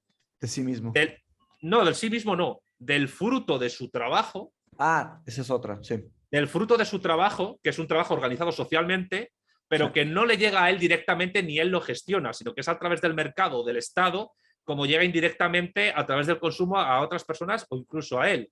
Pero es un sujeto extrañado porque en el ámbito laboral produce mercancías, bienes y servicios, cuyo excedente de producción él no lo maneja. Y ahí es donde entra la idea de alienación, de extrañamiento, en Marx, en el Capital, en los Grundrisse, etc. Por tanto, ¿qué es lo que yo digo?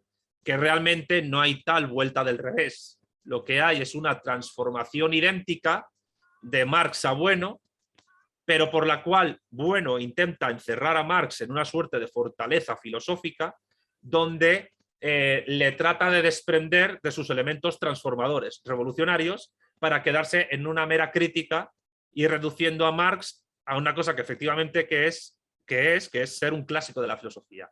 Nadie niega que Marx sea un clásico de la filosofía, pero es que también es un autor fundamental en historia, en economía, en antropología, en sociología, en política, etc.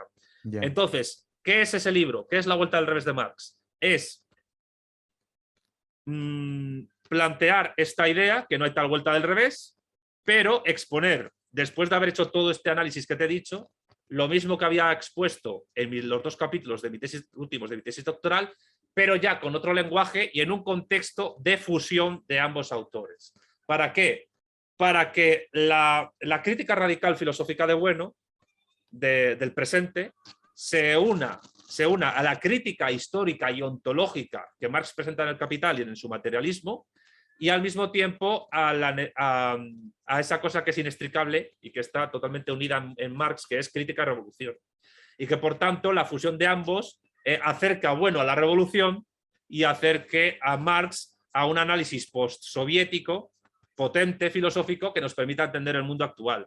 Y esa fusión de materialismo histórico más materialismo filosófico, yo la llamo materialismo político, para que no sea simplemente un análisis filosófico, sino tiene que ser algo de transformación política real, con una cartografía. Es decir, yo lo que ofrezco es una cartografía, sí, mi libro es tremendamente platónico, es una cartografía que permita a los que naveguen hacer la travesía, modificar el mapa en todo caso, porque yo digo al final del libro que lo que yo ofrezco no es un fin, sino que es un comienzo. Y la cuestión, y con esto acabo, es que bueno, la tesis 11 sobre Feuerbach, ya la conoces, ¿no? Los filósofos han limitado a interpretar el mundo de distintos modos. Claro, de lo que se trata, el fin es cambiarlo, ¿no? De lo que se trata es de transformarlo. Pues evidentemente, claro, la filosofía de Bueno no pretende transformar el mundo e incluso Bueno considera que todos los filósofos han tratado de transformar el mundo en algún momento, cosa que en parte es cierta, pero siempre de una manera oblicua. O sea, quiero decir, no es lo mismo Platón yendo a Siracusa. ¿No? Sí. A ver, esto te va a gustar. No es lo mismo Platón yendo a Siracusa que Aristóteles siendo mentor de Alejandro Magno. La transformación. De acuerdo. En eso pienso que Aristóteles hizo algo muy interesante ahí, ¿verdad? O sea, claro, pero de meterse. Pero la forma en que Aristóteles quería transformar el mundo era a través de Alejandro Magno, claro, y no de manera oblicua. Sí. Claro. Mientras que para Platón la transformación del mundo requiere la realización de la filosofía, haciendo del rey un rey filósofo. Y sí, que es, poniendo a filósofos en posiciones de poder. O sea, claro, que tengan injerencia actual, viva en el mundo. Sí, estoy de acuerdo. ¿Y qué es la revolución comunista en Marx? La revolución comunista en Marx es convertir al proletariado en un rey filósofo colectivo. Es bien complicado. No, es complicado, pero a los partidos comunistas que han conseguido llegar al poder, así han funcionado. Es decir, por eso... Claro, ponerle el poder en la mano de las personas, ¿no? Claro, pero haciendo que esas personas sean al mismo tiempo filósofas y que la filosofía se realice... Independientes, sí. Y elevar, por ejemplo, el materialismo a la condición de filosofía oficial de una sociedad e implantarse políticamente. Y al fusionar a Bueno con Marx, pues, por ejemplo, para Bueno, la implantación gnóstica de la filosofía es un error. Yo en eso estoy de acuerdo. Pero él entiende por implantación política pues que exista una suerte de minoría despierta que haga crítica públicamente, en la medida de sus posibilidades. Mientras que en Marx la implantación política no es eso. En Marx la implantación política de la filosofía es la toma del poder del Estado y desde el poder implantar un sistema filosófico que sea capaz de hacer crítica interna y externa. Y además hacerlo de tal manera que sea trascendental, epocal, histórico, esa implantación. Ahora mismo el único filósofo está muerto, pero el único filósofo que ha conseguido una implantación política absoluta y total del mundo democrático capitalista, el único no, vamos a decir que es el sobre el cual beben de su teta muchos otros, es Kant. O sea, a mi juicio, Kant es el filósofo de la globalización, es el filósofo de la paz perpetua, es el filósofo de la Declaración de los Derechos del Hombre y del Ciudadano, los derechos humanos, es el filósofo del imperativo categórico y es el filósofo de la ONU, de las Naciones Unidas, de la democracia. Y Kant está implantado políticamente de tal manera y con tanto éxito que no hay partidos kantianos gobernando los países. Pero mucha gente maneja ideas de Kant, que es el Aristóteles moderno, sin saberlo. Entonces, ¿qué es lo que hay que hacer? Porque Bueno ha tratado de construir su sistema contra Kant, pero al tratar de construir su sistema contra Kant, al mismo tiempo camina en una dirección distinta a la de Kant, pero que le lleva un recorrido que no le permite quitarle a Kant esa hegemonía. El único filósofo que le ha podido toser históricamente a Kant en su hegemonía capitalista democrática ha sido Marx, ha sido el marxismo.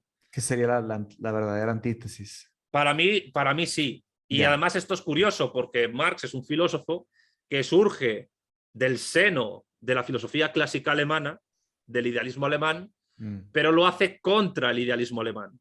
De la misma manera en que Jesucristo, entiéndame la analogía, fue un líder religioso judío que nace del seno del judaísmo, pero generando una nueva fe que es contraria al judaísmo del que ha surgido. Porque es una fe que quiere ser universal, para todos, sin excepción. Claro que para la conversión de la fe de Cristo en un proyecto político, que ya está en su base, lo de ir a predicar a todos los hombres de los evangelios y tal, es Pablo de Tarso el que hace de eso un proyecto político a escala importante. Porque dice Pablo de Tarso, no vamos a hacernos hegemónicos en Palestina, que está muy bien, vamos a ir a la Madre del Cordero, vamos a Roma. Y ahí está. Y vamos a hacer del emperador un cristiano y vamos a hacer del imperio cristiano. Cosa que empezó con Constantino a ser y luego con Justiniano. Y de ahí pues está el Papa. ¿Qué es el Papa? El Papa es el heredero del emperador de Roma. La Ciudad del Vaticano es lo que nos queda del Imperio Romano. Los vestigios del Y Imperio Romano. Sí. claro, pero digamos que hay Roma, ves que está viva, ¿no? Y claro, ¿quién es el palo de Tarso de Marx? Es Lenin. Es Lenin. Ah, Pero, ya. pero una vez que ha acabado la Unión Soviética y nos queda China, pero al occidental, entre comillas, le cuesta un poco entender lo que es China, aunque yo creo que tampoco sería muy difícil porque son seres humanos, ¿no? Y Claro. es Confucio más Marx. Creo que hay que entender que necesitamos una nueva cartografía de la situación y un nuevo palo de Tarso del materialismo filosófico, del materialismo histórico o del materialismo político. Yo no sé Político. si me estoy enrollando mucho lo que estoy diciendo, pero estoy No, haciendo... me gusta mucho la complejidad con la que respondes las preguntas, porque pues hay preguntas que ameritan complejidad, que hay que enfrentarla, no hay de otra, ¿no? O sea, no, hay cosas que sí Sí, debemos de trabajar en buscar simplificarlas, pero cuando hay complejidad pienso que hay que enfrentarla. Oye, una pequeña pregunta antes de pasar a las preguntas de cierre. De pronto aparece una página de internet aquí que dice irium.com. eso no es publicidad, eso es que yo estoy hablando contigo a través del teléfono celular y Irium es la aplicación de Ah, Android que yo me bajo para poder hablar contigo. O ah, sea, ya entendí, no estás en la claro, computadora, ya. no, yo te estoy hablando a través de un teléfono. Ya entendí. Con razón aparece Irium y yo, ¿qué es exactamente eso? Pero Nada, ya. pues eso, es una... no estoy, Irium no me paga por hacer publicidad Bien, bien. en Mindshop, Sí, ¿vale? todo lo que estamos hablando y de pronto un anuncio ahí, ¿no? Como lo de la estación de Madrid. Nada más faltaba que Claro. era Bonafont o algo ahí. Pero No, bien, sabes que lo que pasa es que yo no lo veo porque yo estoy viendo directamente ah, tu cara en el teléfono, ya. pero creo No, que sí aparece en la pantalla del ordenador, sí aparece. Pero en la bueno, pantalla de tu lado sí aparece por sí, acá. Pero bien, no hay problema. Nada aquí. más me quedé con curiosidad, quería entender qué era. Entonces, la pregunta, las últimas dos preguntas son sobre la sociedad, ¿no? Como te lo comenté previamente. Entonces, eh, pienso que la forma en la que se vive actualmente, en gran medida, ¿no? En muchos lados del mundo, se trata del concepto del inmediatismo, ¿no? De que no todas las personas piensan verdaderamente a largo plazo, tanto en sus propias vidas como para los demás, ¿no? Y además de esto, como ya platicamos, invariablemente sale este concepto que muchos pensadores se han metido en problemas al estudiar y enseñar filosofía a lo largo de los años, ¿no?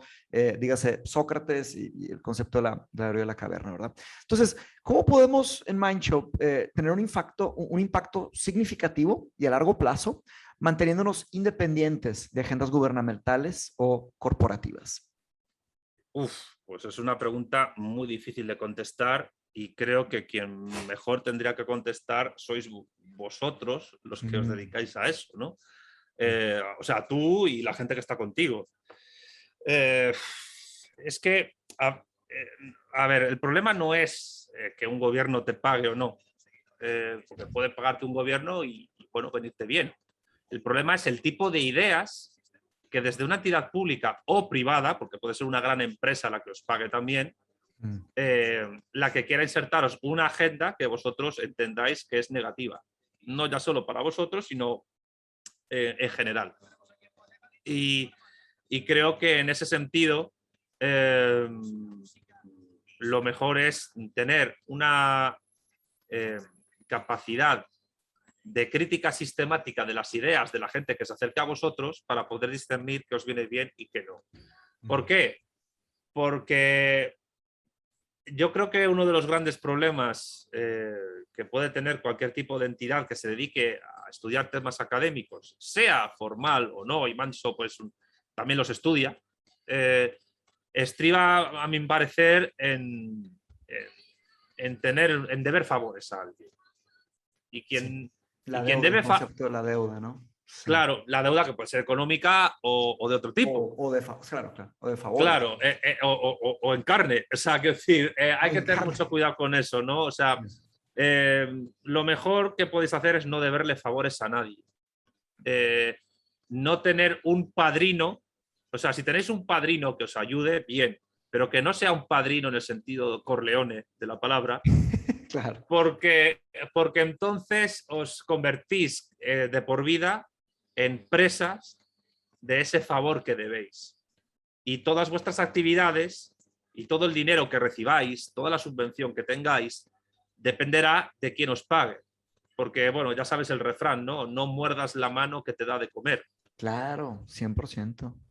Entonces hay que evitar que esa mano que te dé de comer no tenga en una mano, pues no sé, granos de maíz y en la otra una porra Una... diciéndote, como te pases, Ah, adiós ya, granos. O sea, quiero ya. decir, Un cuchillo, sí, sí, sí, una sí, daga. sobre todo lo que hay que hacer es tener una cierta independencia.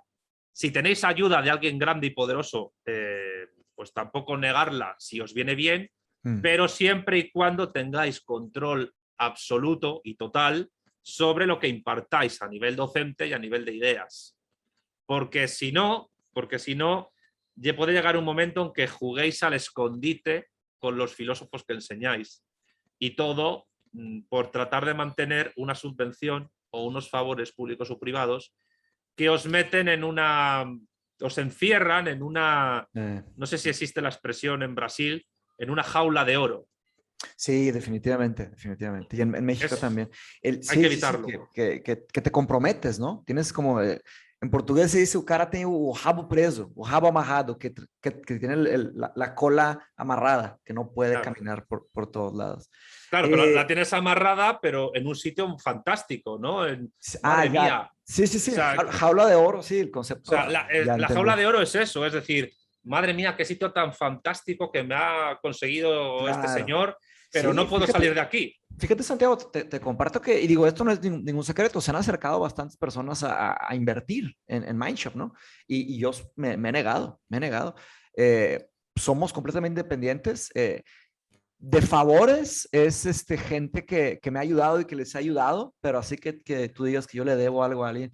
Se me hace interesante, es la primera respuesta que me dan que, digo, muchas otras me han construido ideas interesantes, pero esta se me hace que le has dado algo importante, porque no solo es un tema monetario de inversión, sino son las ideas que se traspasan a través de los favores monetarios o no monetarios, ¿no? Es que tú imagínate, si un departamento de universidad o incluso una escuela pública es Sí. comprada por organismos y empresas transnacionales Ah, para sí. que sus agendas ideológicas se metan en las aulas, Sí. una institución privada pequeña, pues en teoría tendría más facilidad de ser presa de eso, Sí. pero también puede que no, porque no tenéis que deberos a agendas políticas. Sí. O sea, quiero decir, siempre hay que evitar eso, deber favores y que te encierren en una jaula de oro. Y a lo Sí. mejor mi respuesta es muy pragmática, muy práctica, pero es que a mí me parece que es la más Pero cristalina.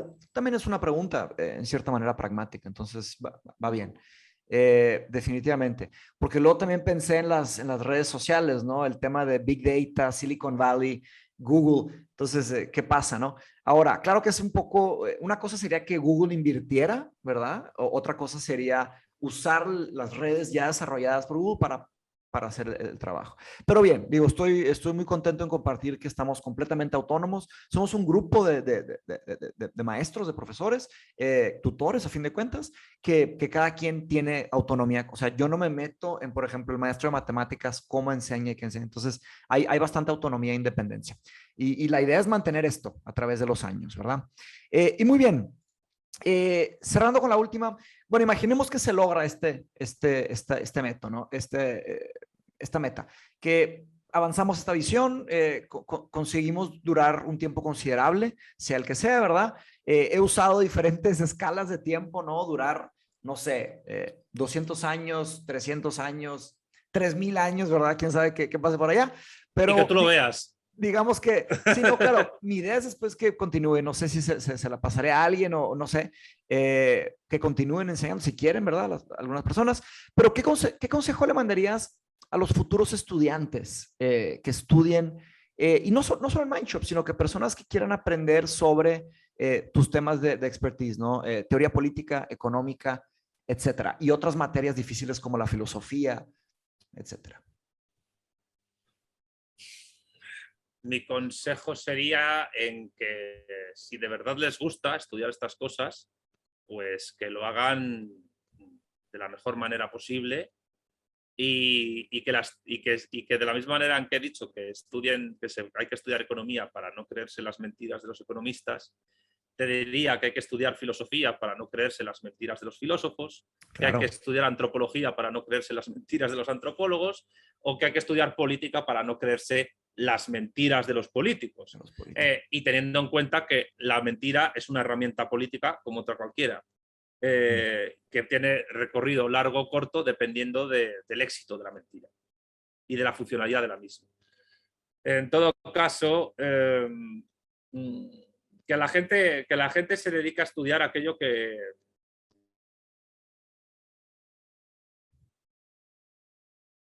pues lo tenga por vocación. Estoy hablando de estudios superiores, no estoy hablando de lo que estudias en bachillerato, en el instituto, donde estudias cosas que no te gustan, pero tienes que hacerlo. Ya. Y sobre todo que tengan una capacidad crítica, la cual solo la pueden tener si su pensamiento es sistemático. Si es asistemático, no van a tener filtro para distinguir lo que es falso de lo que es verdadero. Porque yo siempre digo que el problema no es leer mucho, es leer lo adecuado. Porque si lees mucho, pero al final no sabes filtrar entre lo que lees, pues tienes ahí un cacao mental espectacular. Y otro consejo que daría también es que no estudien para ser felices, porque la felicidad, o sea, quiero decir, un cerdo, un gorrino en una granja revolcándose en el barro es feliz. Entonces, la felicidad no es algo, no hay que perseguirla como meta, porque parece ser que a través de los libros de autoayuda es lo que se persigue, ¿no? Que la gente sea feliz, por narices. Tampoco estoy diciendo que la gente sea triste ni deprimida, pero lo que sí quiero decir es que la gente simplemente, pues, si le apasiona un tema, que lo investigue, que lo desarrolle, que lo estudie, pero con una vocación simplemente de búsqueda de la verdad. Que en el fondo es lo que pretende la filosofía, buscar la verdad. Pero claro, insisto, y a lo mejor esto me lleva a ya has cerrado el círculo de las preguntas. Bien. Claro, a la primera respuesta. Todos buscamos la verdad. El carpintero busca la verdad de su carpintería, de su trabajo. El albañil de lo suyo. El docente de lo suyo. El ingeniero de lo suyo. El camarero de lo suyo.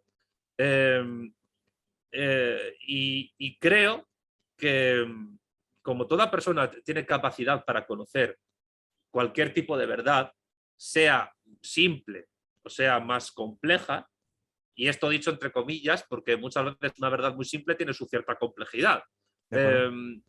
Pues, y a veces una verdad muy abstracta te lleva a una concreción muy simple, que también puede ocurrir.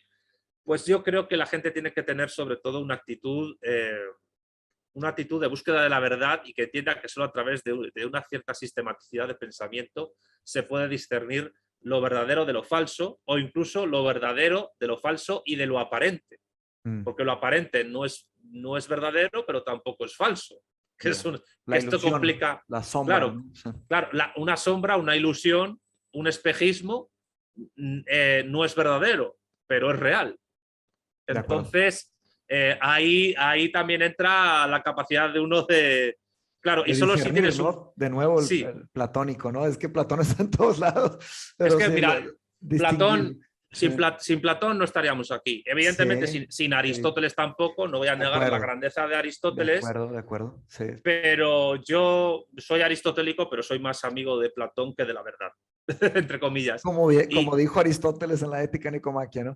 Sí, pero al revés. Sí, ya, más amigo ya al revés. Claro, es una broma, ¿no? Lo que te acabo de hacer. Sí, pues digo, en parte lo que mencionaste me sonó un poco a Aristóteles con el tema de la búsqueda de la excelencia en donde sea que lo que hagamos, ¿no?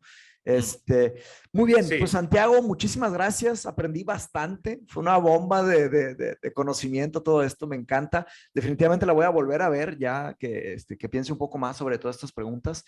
Me quedo con ganas de seguir preguntando más cosas, de seguir aprendiendo, y déjame le doy una oportunidad aquí a los que se conectaron a ver si aquí hay un par de preguntas. Una persona que dice anónima, ¿verdad? Dice, grandiosa entrevista. ¿Qué libro, páginas web o material recomiendas para poder entender un poco más la política de la vida cotidiana, ¿no? Lo que le toca a todas las personas. Tal vez alguna introducción, algún trabajo que podrías recomendar por ahí. Pues a riesgo de parecer que me hago autobombo, que la gente se compre mi libro La política en 100 preguntas. A mí Que me sonó muy además, interesante como introducción también, porque hay una sección de preguntas fundamentales, ¿no? Al principio. al principio, sí.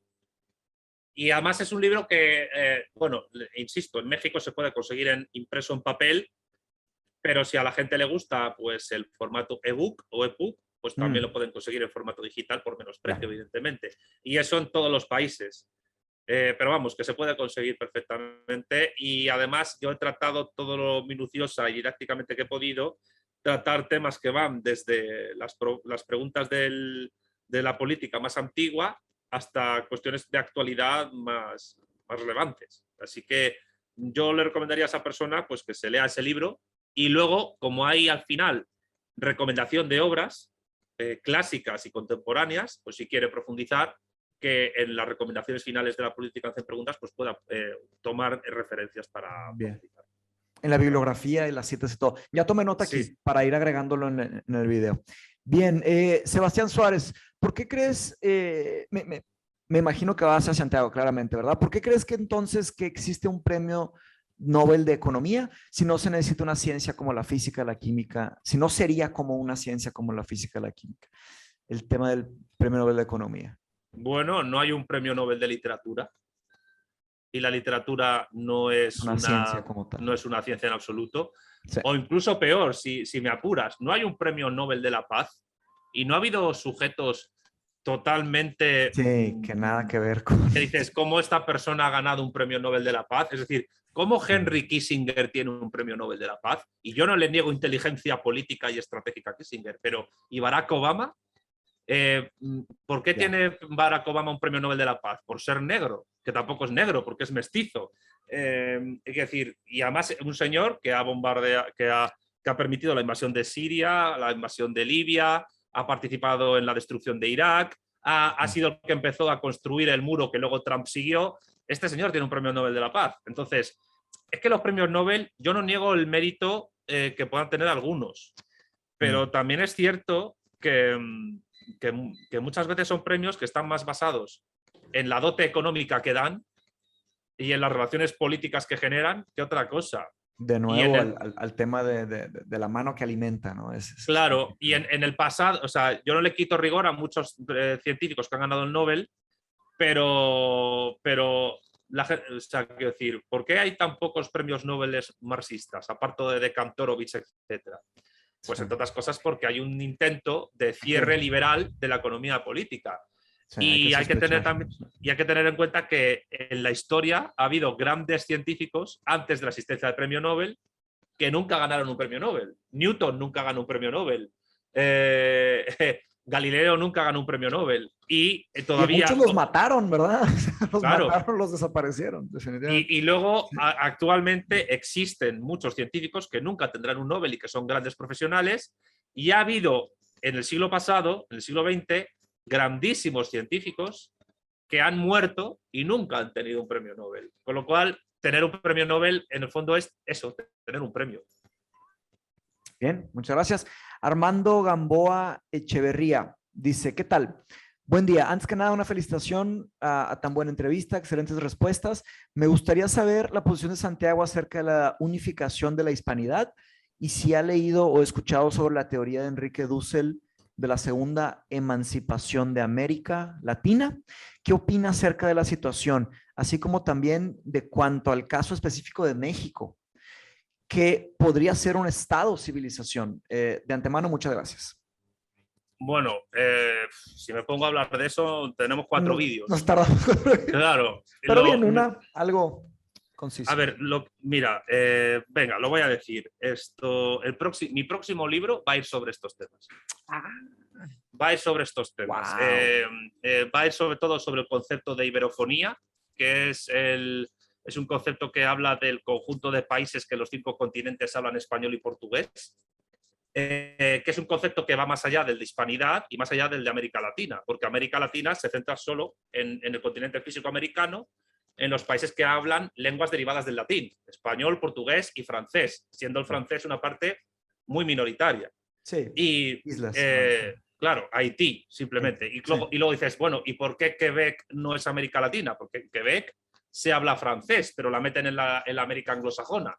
Eso es algo que hay que estudiar, ¿no? Y luego, respecto a la hispanidad, pues se refiere única y exclusivamente a los países que hablan español. Iberofonía es un concepto que ha analizado el diplomático español y politólogo y geopolitólogo Álvaro Duránez Prados. Y se refiere al conjunto de países y de pueblos que en los 5 continentes hablan español y portugués. Tú, como persona que piensa en portugués y que ha nacido pensando en portugués, a veces depende del tema, pero sí, a bueno, veces. sí, a mí me ha pasado también con el inglés, ¿no? Pero el portugués y el español tienen una cosa que es tremendamente curiosa. Son 2 lenguas iberorromances occidentales que surgen del latín. Se llaman iberorromances occidentales porque surgen en la parte occidental de la península ibérica, las 2. Son las 2 únicas lenguas universales, es decir, habladas en los 5 continentes, que a gran escala y en grandes rasgos son mutuamente comprensibles. Es decir, hasta un 90% de mutua comprensión hay entre el español y el portugués, con la salvedad, y esto es verdad, que le resulta más fácil al lusoparlante entender el español que al hispanoparlante entender el portugués, porque el portugués tiene más variación fonética en las vocales, etc. Pero la intercomprensión mutua es bastante muy fuerte. Evidente. Sí. Muy evidente. Y entonces un hispanoparlante podría perfectamente vivir en Brasil durante años sin aprender nada de portugués y entenderse con las personas. Sí. Y un hispanoparlante podría ir a Angola o a Mozambique o a Timor Oriental, que son países que están en la comunidad de países de lengua portuguesa, y podría entenderse con las personas de allí. Entonces, el concepto de iberofonía es un concepto geopolítico muy interesante, y lo que yo voy a tratar de analizar es la construcción de ese concepto a escala histórica, diplomática, que se está haciendo ya, geopolítica y de relaciones internacionales, y la vinculación que eso tendría con el materialismo político y con la idea de socialismo. Entonces, sobre eso va a ir el libro.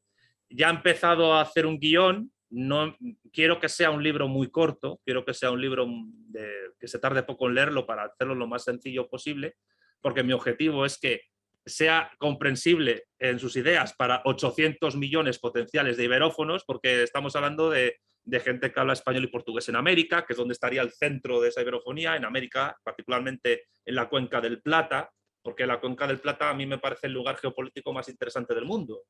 La Cuenca del Plata. ¿Sabes? El río para... En Argentina. Sí, no, en Argentina no. O sea, desemboca en el Río de la Plata.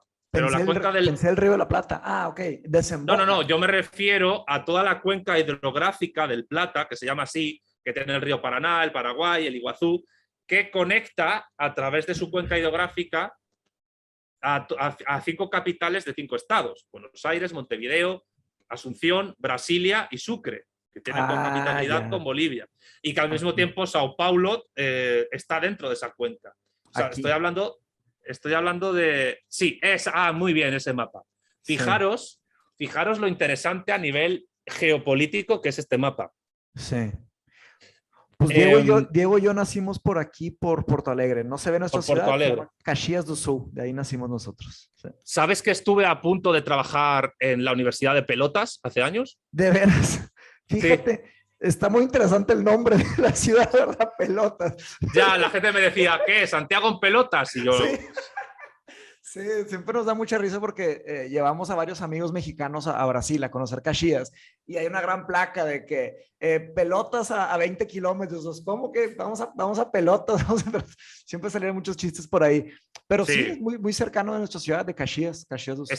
Está bastante al sur, pero o sea, está en Río Grande do Sul, pero vamos. Tú fíjate lo interesante que es ese mapa y todas las ciudades que conecta y los millones de personas que conecta. Las grandes civilizaciones se han organizado históricamente alrededor de cuencas hidrográficas. La China, tú no puedes entender la civilización china sin el río Amarillo. El río Amarillo que conecta básicamente todo lo que es el centro del imperio chino actual. De la misma manera que no puedes entender el mundo eslavo ruso sin el Volga, la civilización egipcia sin el Nilo. Sin el Nilo. Y luego, más modernamente, tú no puedes entender Brasil sin el hasta- Amazonas también, ¿verdad? sí, claro. O Estados Unidos sin la cuenca del río Mississippi-Missouri, Mm, que atraviesa todo el centro de Estados Unidos, pero ujú. tampoco podrías entender la Unión Europea sin el eje industrial y comercial que une el Rin, el Ródano y el río Po al norte de Italia. Ah, el Po. Son tres ríos que nacen en la cordillera de los Alpes, y el Rin desemboca en los Países Bajos, el Ródano en el sur de Francia y el Po en el Adriático, digamos que bastante cerca de la frontera de Italia con Eslovenia, sin mencionar el Danubio. Pues yo creo y defiendo que esa iberofonía tiene su centro de organización geopolítica alejado de otros centros de poder en la cuenca del Plata. Y que la unificación de esa iberofonía, que son países de los 5 continentes, tiene que tener la cuenca del Plata, que ya existe un muy desconocido tratado de intercambio cultural y comercial de la cuenca del Plata, firmado por Brasil, Bolivia, Paraguay, etcétera, que nadie lo conoce. ¿Por qué? Porque tampoco ha tenido mucho desarrollo, pero ahí está, ¿no? Ya. Pues eso quiero conectarlo pues, con lo que yo presento de la vuelta del revés de Marx y en breve historia de la economía, sobre cómo los modos de producción, si se han implantado históricamente, ha sido a través de grandes unidades geopolíticas que podemos llamar superpotencias o imperios, que son los que han establecido esos modos de producción a escala universal. Así que, bueno, que voy a intentar conjugar todo eso en ese libro. Lo digo más que nada porque la pregunta que ha hecho esta persona va a tratar de quedar respondida en ese libro que voy a hacer. Buenísimo. Pues qué padre que muchas gracias por compartirlo aquí. No sé si ya lo estás compartiendo, pero bueno, ahí lo tienen. Muy fascinante. Me gusta que es un trabajo multidisciplinario. Te va a tocar, digo, debes de estar estudiando bastantes cosas nuevas, que eso para mí siempre se me hace algo muy Hombre, yo soy muy, interesante. muy interdisciplinar. Bien. Aparte que creo que siendo politólogo eso te lo permite. O sea, una de las Sí. cosas bonitas que tiene la politología, mal llamada ciencia política o ciencias políticas, Politología es el término correcto. para mí sí. A Ok. mi juicio, yo me refiero politólogo. Yo soy Politólogo. Ok. y experto en politología. Pero es una disciplina que, sin ser científica en el sentido estricto de la palabra, pues te permite tocar muchos palos. Sí, sí, O sea, definitivamente. Tienes estudias, que. claro, o sea, yo he estudiado cosas que tienen que ver con historia, con derecho, con economía, con sociología, con antropología, con filosofía, Psicología, con, filosofía. Sí. e incluso con estadística y con métrica y con administración pública. Wow. Y ahí O te va una sea, pregunta, ahí te va una pregunta que te haría Platón. ¿Y te interesaría algún día buscar un cargo de poder? mira, ahora mismo estoy pensando que tengo que montar un vídeo después de hablar contigo y no me planteo esas cosas. Con lo cual, Muy bien, muy bien. sí creo que ya te he respondido. Sí, ok. Bien, entonces Michelle pregunta por ahí, ¿podemos empezar a leer tus libros sin leer a Marx o deberíamos iniciar con él? Por ejemplo, le 100 preguntas políticas. Bueno, pienso que la respuesta es no, ¿verdad? Pero adelante, Santiago. Yo creo que lo que él quiera. Si quiere tener los dos libros, uno de Marx y otro mío, pues que los lea los dos. Ya. Si quiere empezar por el de Marx, que empiece por el de Marx. Ahora, la cuestión, yo no sé la edad que tiene la persona que ha preguntado, pero bueno, quizás en el futuro ya haga un vídeo sobre cómo empezar Ah, a leer a Marx. pero pausa, hace la pregunta, dice, por ejemplo, el de 100 preguntas políticas, por ejemplo. No hace falta leer a Marx antes para leer mi libro, Ya. pero tampoco, pero si viene bien leerlo a la par, o si la persona quiere leer a Marx antes que a mí, pues que lo haga. Ya. Pero evidentemente, ya digo, no es lo mismo leerse los Grundrisse o el Capital o teorías de la plusvalía que leerse el Manifiesto Comunista. Ya.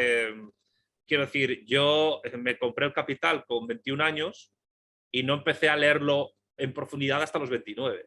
Completamente. O sea, sí. Entonces, quiero decir, es un libro que yo me lo leí entero, los 3 tomos en la tesis doctoral, pero es un libro que requiere, yo creo, un cierto rodaje vital y una cierta edad para poder profundizar en él. De acuerdo, de acuerdo. Mario Wu solamente comenta, muchas gracias Mateos y Santiago, muy nutritiva la plática de hoy. Gracias, Mario. Daniel Valdés dice, a grandes rasgos, ¿podrías hablar sobre el ser postcapitalista? Ah, bueno, antes de tomar más preguntas, ¿cómo estás de tiempo, Santiago? ¿Cómo estás? ¿Te falta? No, yo lo que vosotros queráis. Yo me Bien. adapto. Yo creo que no más de 15 minutos. Dudo que muchas gracias por ser tan generoso con tu tiempo. Entonces, Daniel dice, a grandes rasgos, ¿podrías hablar sobre el ser postcapitalista y las implicaciones que esto tiene en la economía y la política? Bueno, creo que eso tiene que ver con lo que hablé con tu hermano, con Con Diego, Diego, en el ¿verdad? vídeo. Subieron uno sobre eso, sí. Claro, cuando yo dije que el marxismo es postcapitalista y no anticapitalista, lo dije porque de lo que trata Marx, lo que propone Marx es que partiendo del desarrollo de las fuerzas productivas histórico que se ha realizado en el modo de producción capitalista, que es un desarrollo espectacular, pero no ajeno a los conflictos y a las contradicciones, es como se podría desarrollar una transición entre modos de producción para llegar al comunismo. Esa transición, que es el socialismo, que es la dictadura del proletariado, sería una transición organizada y planificada científicamente, donde se combinaría lo indicativo con la planificación estricta, lo centralizado con lo descentralizado, y que aprovecharía e incluso trataría de superar el desarrollo tecnocientífico del capitalismo. Y que, a diferencia de otras transiciones entre modos de producción del pasado, no se daría, entre comillas, aleatoriamente, sino planificadamente, científicamente preparada, pensada. Y pensada, pero partiendo de la materialidad, ¿no? Entonces eso es ser postcapitalista. Es decir, nadie puede negar, es más, yo diría que, como dice mi amigo y filósofo Andrés González, que es ahora en el siglo XXI cuando el capitalismo, como modo de producción, creo que está alcanzando un refinamiento y un grado de desarrollo que ni en el siglo XIX ni en el XX se pudieron imaginar. Con lo cual va a llegar un momento en que la revolución, más que una posibilidad, tenga que ser una necesidad. Y eso significa ser postcapitalista. Es decir, nosotros no somos anticapitalistas, porque sería básicamente tratar de negar todo lo que ha pasado en los últimos más de 2 siglos, desde la primera revolución industrial hasta la actualidad. Y la primera revolución industrial parte de una realidad que todavía no es propiamente capitalista, que es mercantilista. Y creo que es importante entender estas categorías en el sentido del materialismo político que yo y de bueno, para no pensar, como dicen algunos economistas liberales, que el capitalismo es tener un capital y que puede ser capitalista un señor que le da a otro una pala y un pico para acabar un hoyo. Eso no es capitalismo, eso es una broma. ¿Ves? Es que por eso no se puede partir de ejemplos micro. ¿No? Es una caricaturización ahí. Claro, sí. Tú no puedes entender un fenómeno histórico, epocal, como el capitalismo, que escala el palabra desde un ejemplo Se está cortando micro un y real. poquito, Santiago. Se cortó un poquito la llamada. Ahí estás, ya. O sea, no se puede Ahora, entender desde el micro. Ahora ya volvió. Ya. ¿qué fue lo último que se me entendió? Que no se puede entender un concepto desde el micro al macro. O sea, sino que tiene que ser desde el macro al micro. Por ahí. Sí. Ay, mira, estoy viendo ahora lo de Irium ahí. Lo acabo de ¿te ver. apareció? Qué bueno.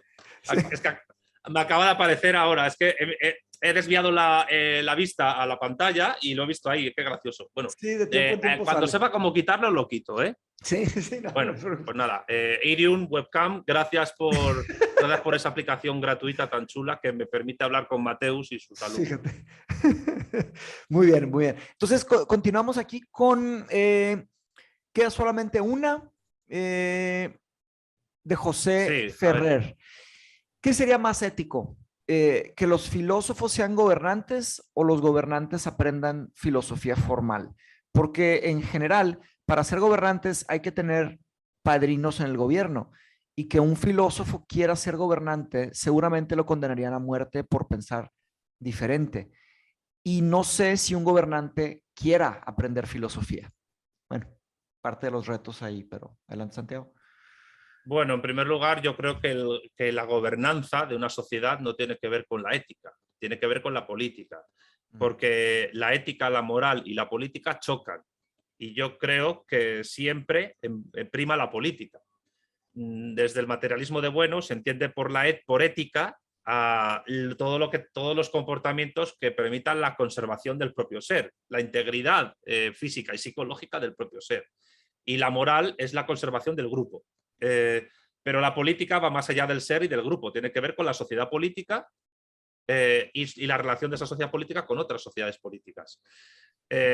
Por tanto, en tratar de dilucidar si es ético o no que un gobernante sea filósofo o que aprenda filosofía, yo creo que no tiene que ver con la ética. Yo creo que en todo caso tendría que ver, siguiendo a Platón, con la propia prudencia política que el gobernante, que el gobierno han de tener para ser buenos y eficaces. O sea, Platón apuesta por el filósofo rey o rey filósofo como gobernante. Ahora bien, yo creo que para ser buen gobernante no hace falta ser filósofo, pero creo que sí es filósofo en el sentido académico, formal de la palabra. Es decir, todos somos filósofos, pero no todos hemos estudiado filosofía. Macron, el presidente francés, sí, porque tiene la carrera de filosofía terminada, es filósofo. No sabía. Pues sí, Emmanuel Macron lo es. Pero, a ver, no sé cómo decirlo, pero sí creo que sería necesario lograr que en los sistemas educativos la enseñanza en filosofía y la enseñanza en otro tipo de materias se haga de una manera mejor y mucho más, digamos, no sé si decir profunda, pero sí voy a decir más necesaria, más pragmática de cara a la propia recurrencia y estabilidad de la sociedad. Y uno de los grandes, yo creo que, fíjate, no es casual que en el momento actual, por lo menos en España, no sé en Brasil o en México cómo será, pero por lo menos en España, vivimos una situación en la cual la gente vive más alrededor de los mitos oscuros y confusos que hemos denunciado al principio, y es cuanto más se está retirando la filosofía como asignatura de los planes de estudio. Fíjate. Entonces, cuando estás retirando la filosofía de los planes de estudio, es cuanto es más problemático y más fácil que la gente caiga en estupideces. De acuerdo. Y aleja a la gente de la posibilidad de buscar la verdad.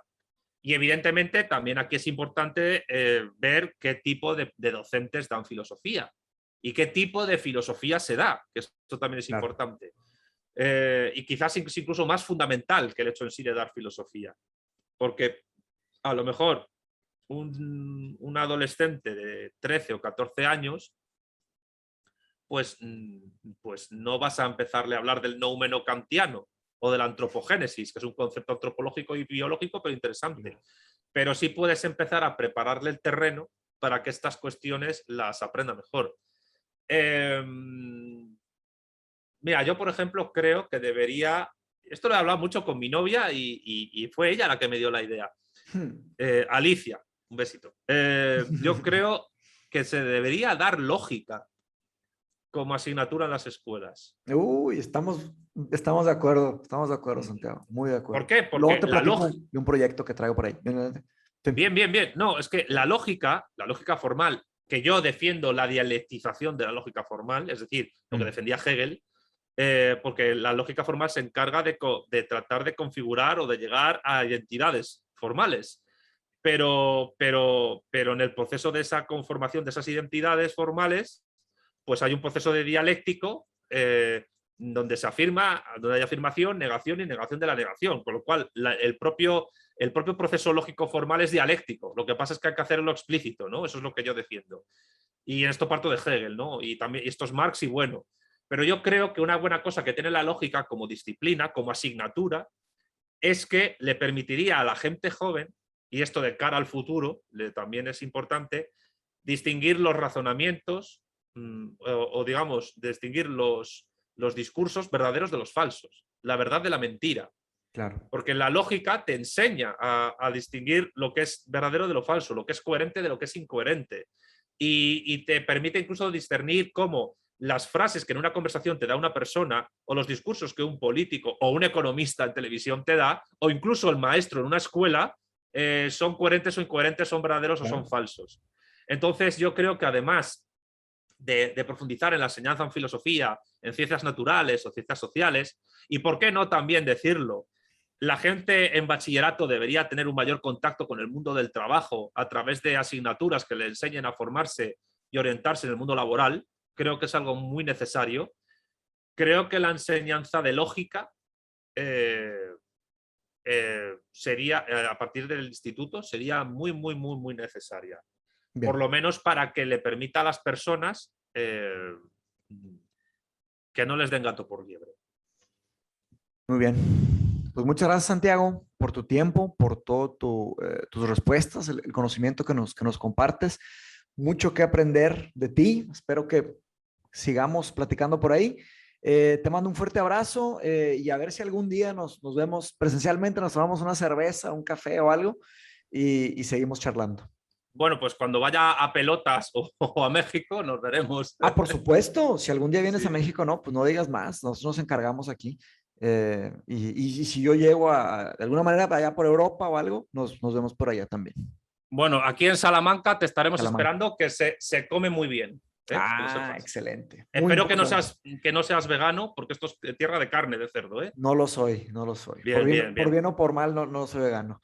Para aprender filosofía hay que comer carne. Eso diría Y Nietzsche esto también, ¿no? Carne y sí, frutas. sí, y esto lo decía Engels, que gracias a comer carne el ser humano llegó al punto evolutivo en el que está. Interesante, interesante. Muy bien, mucho que conversar por ahí.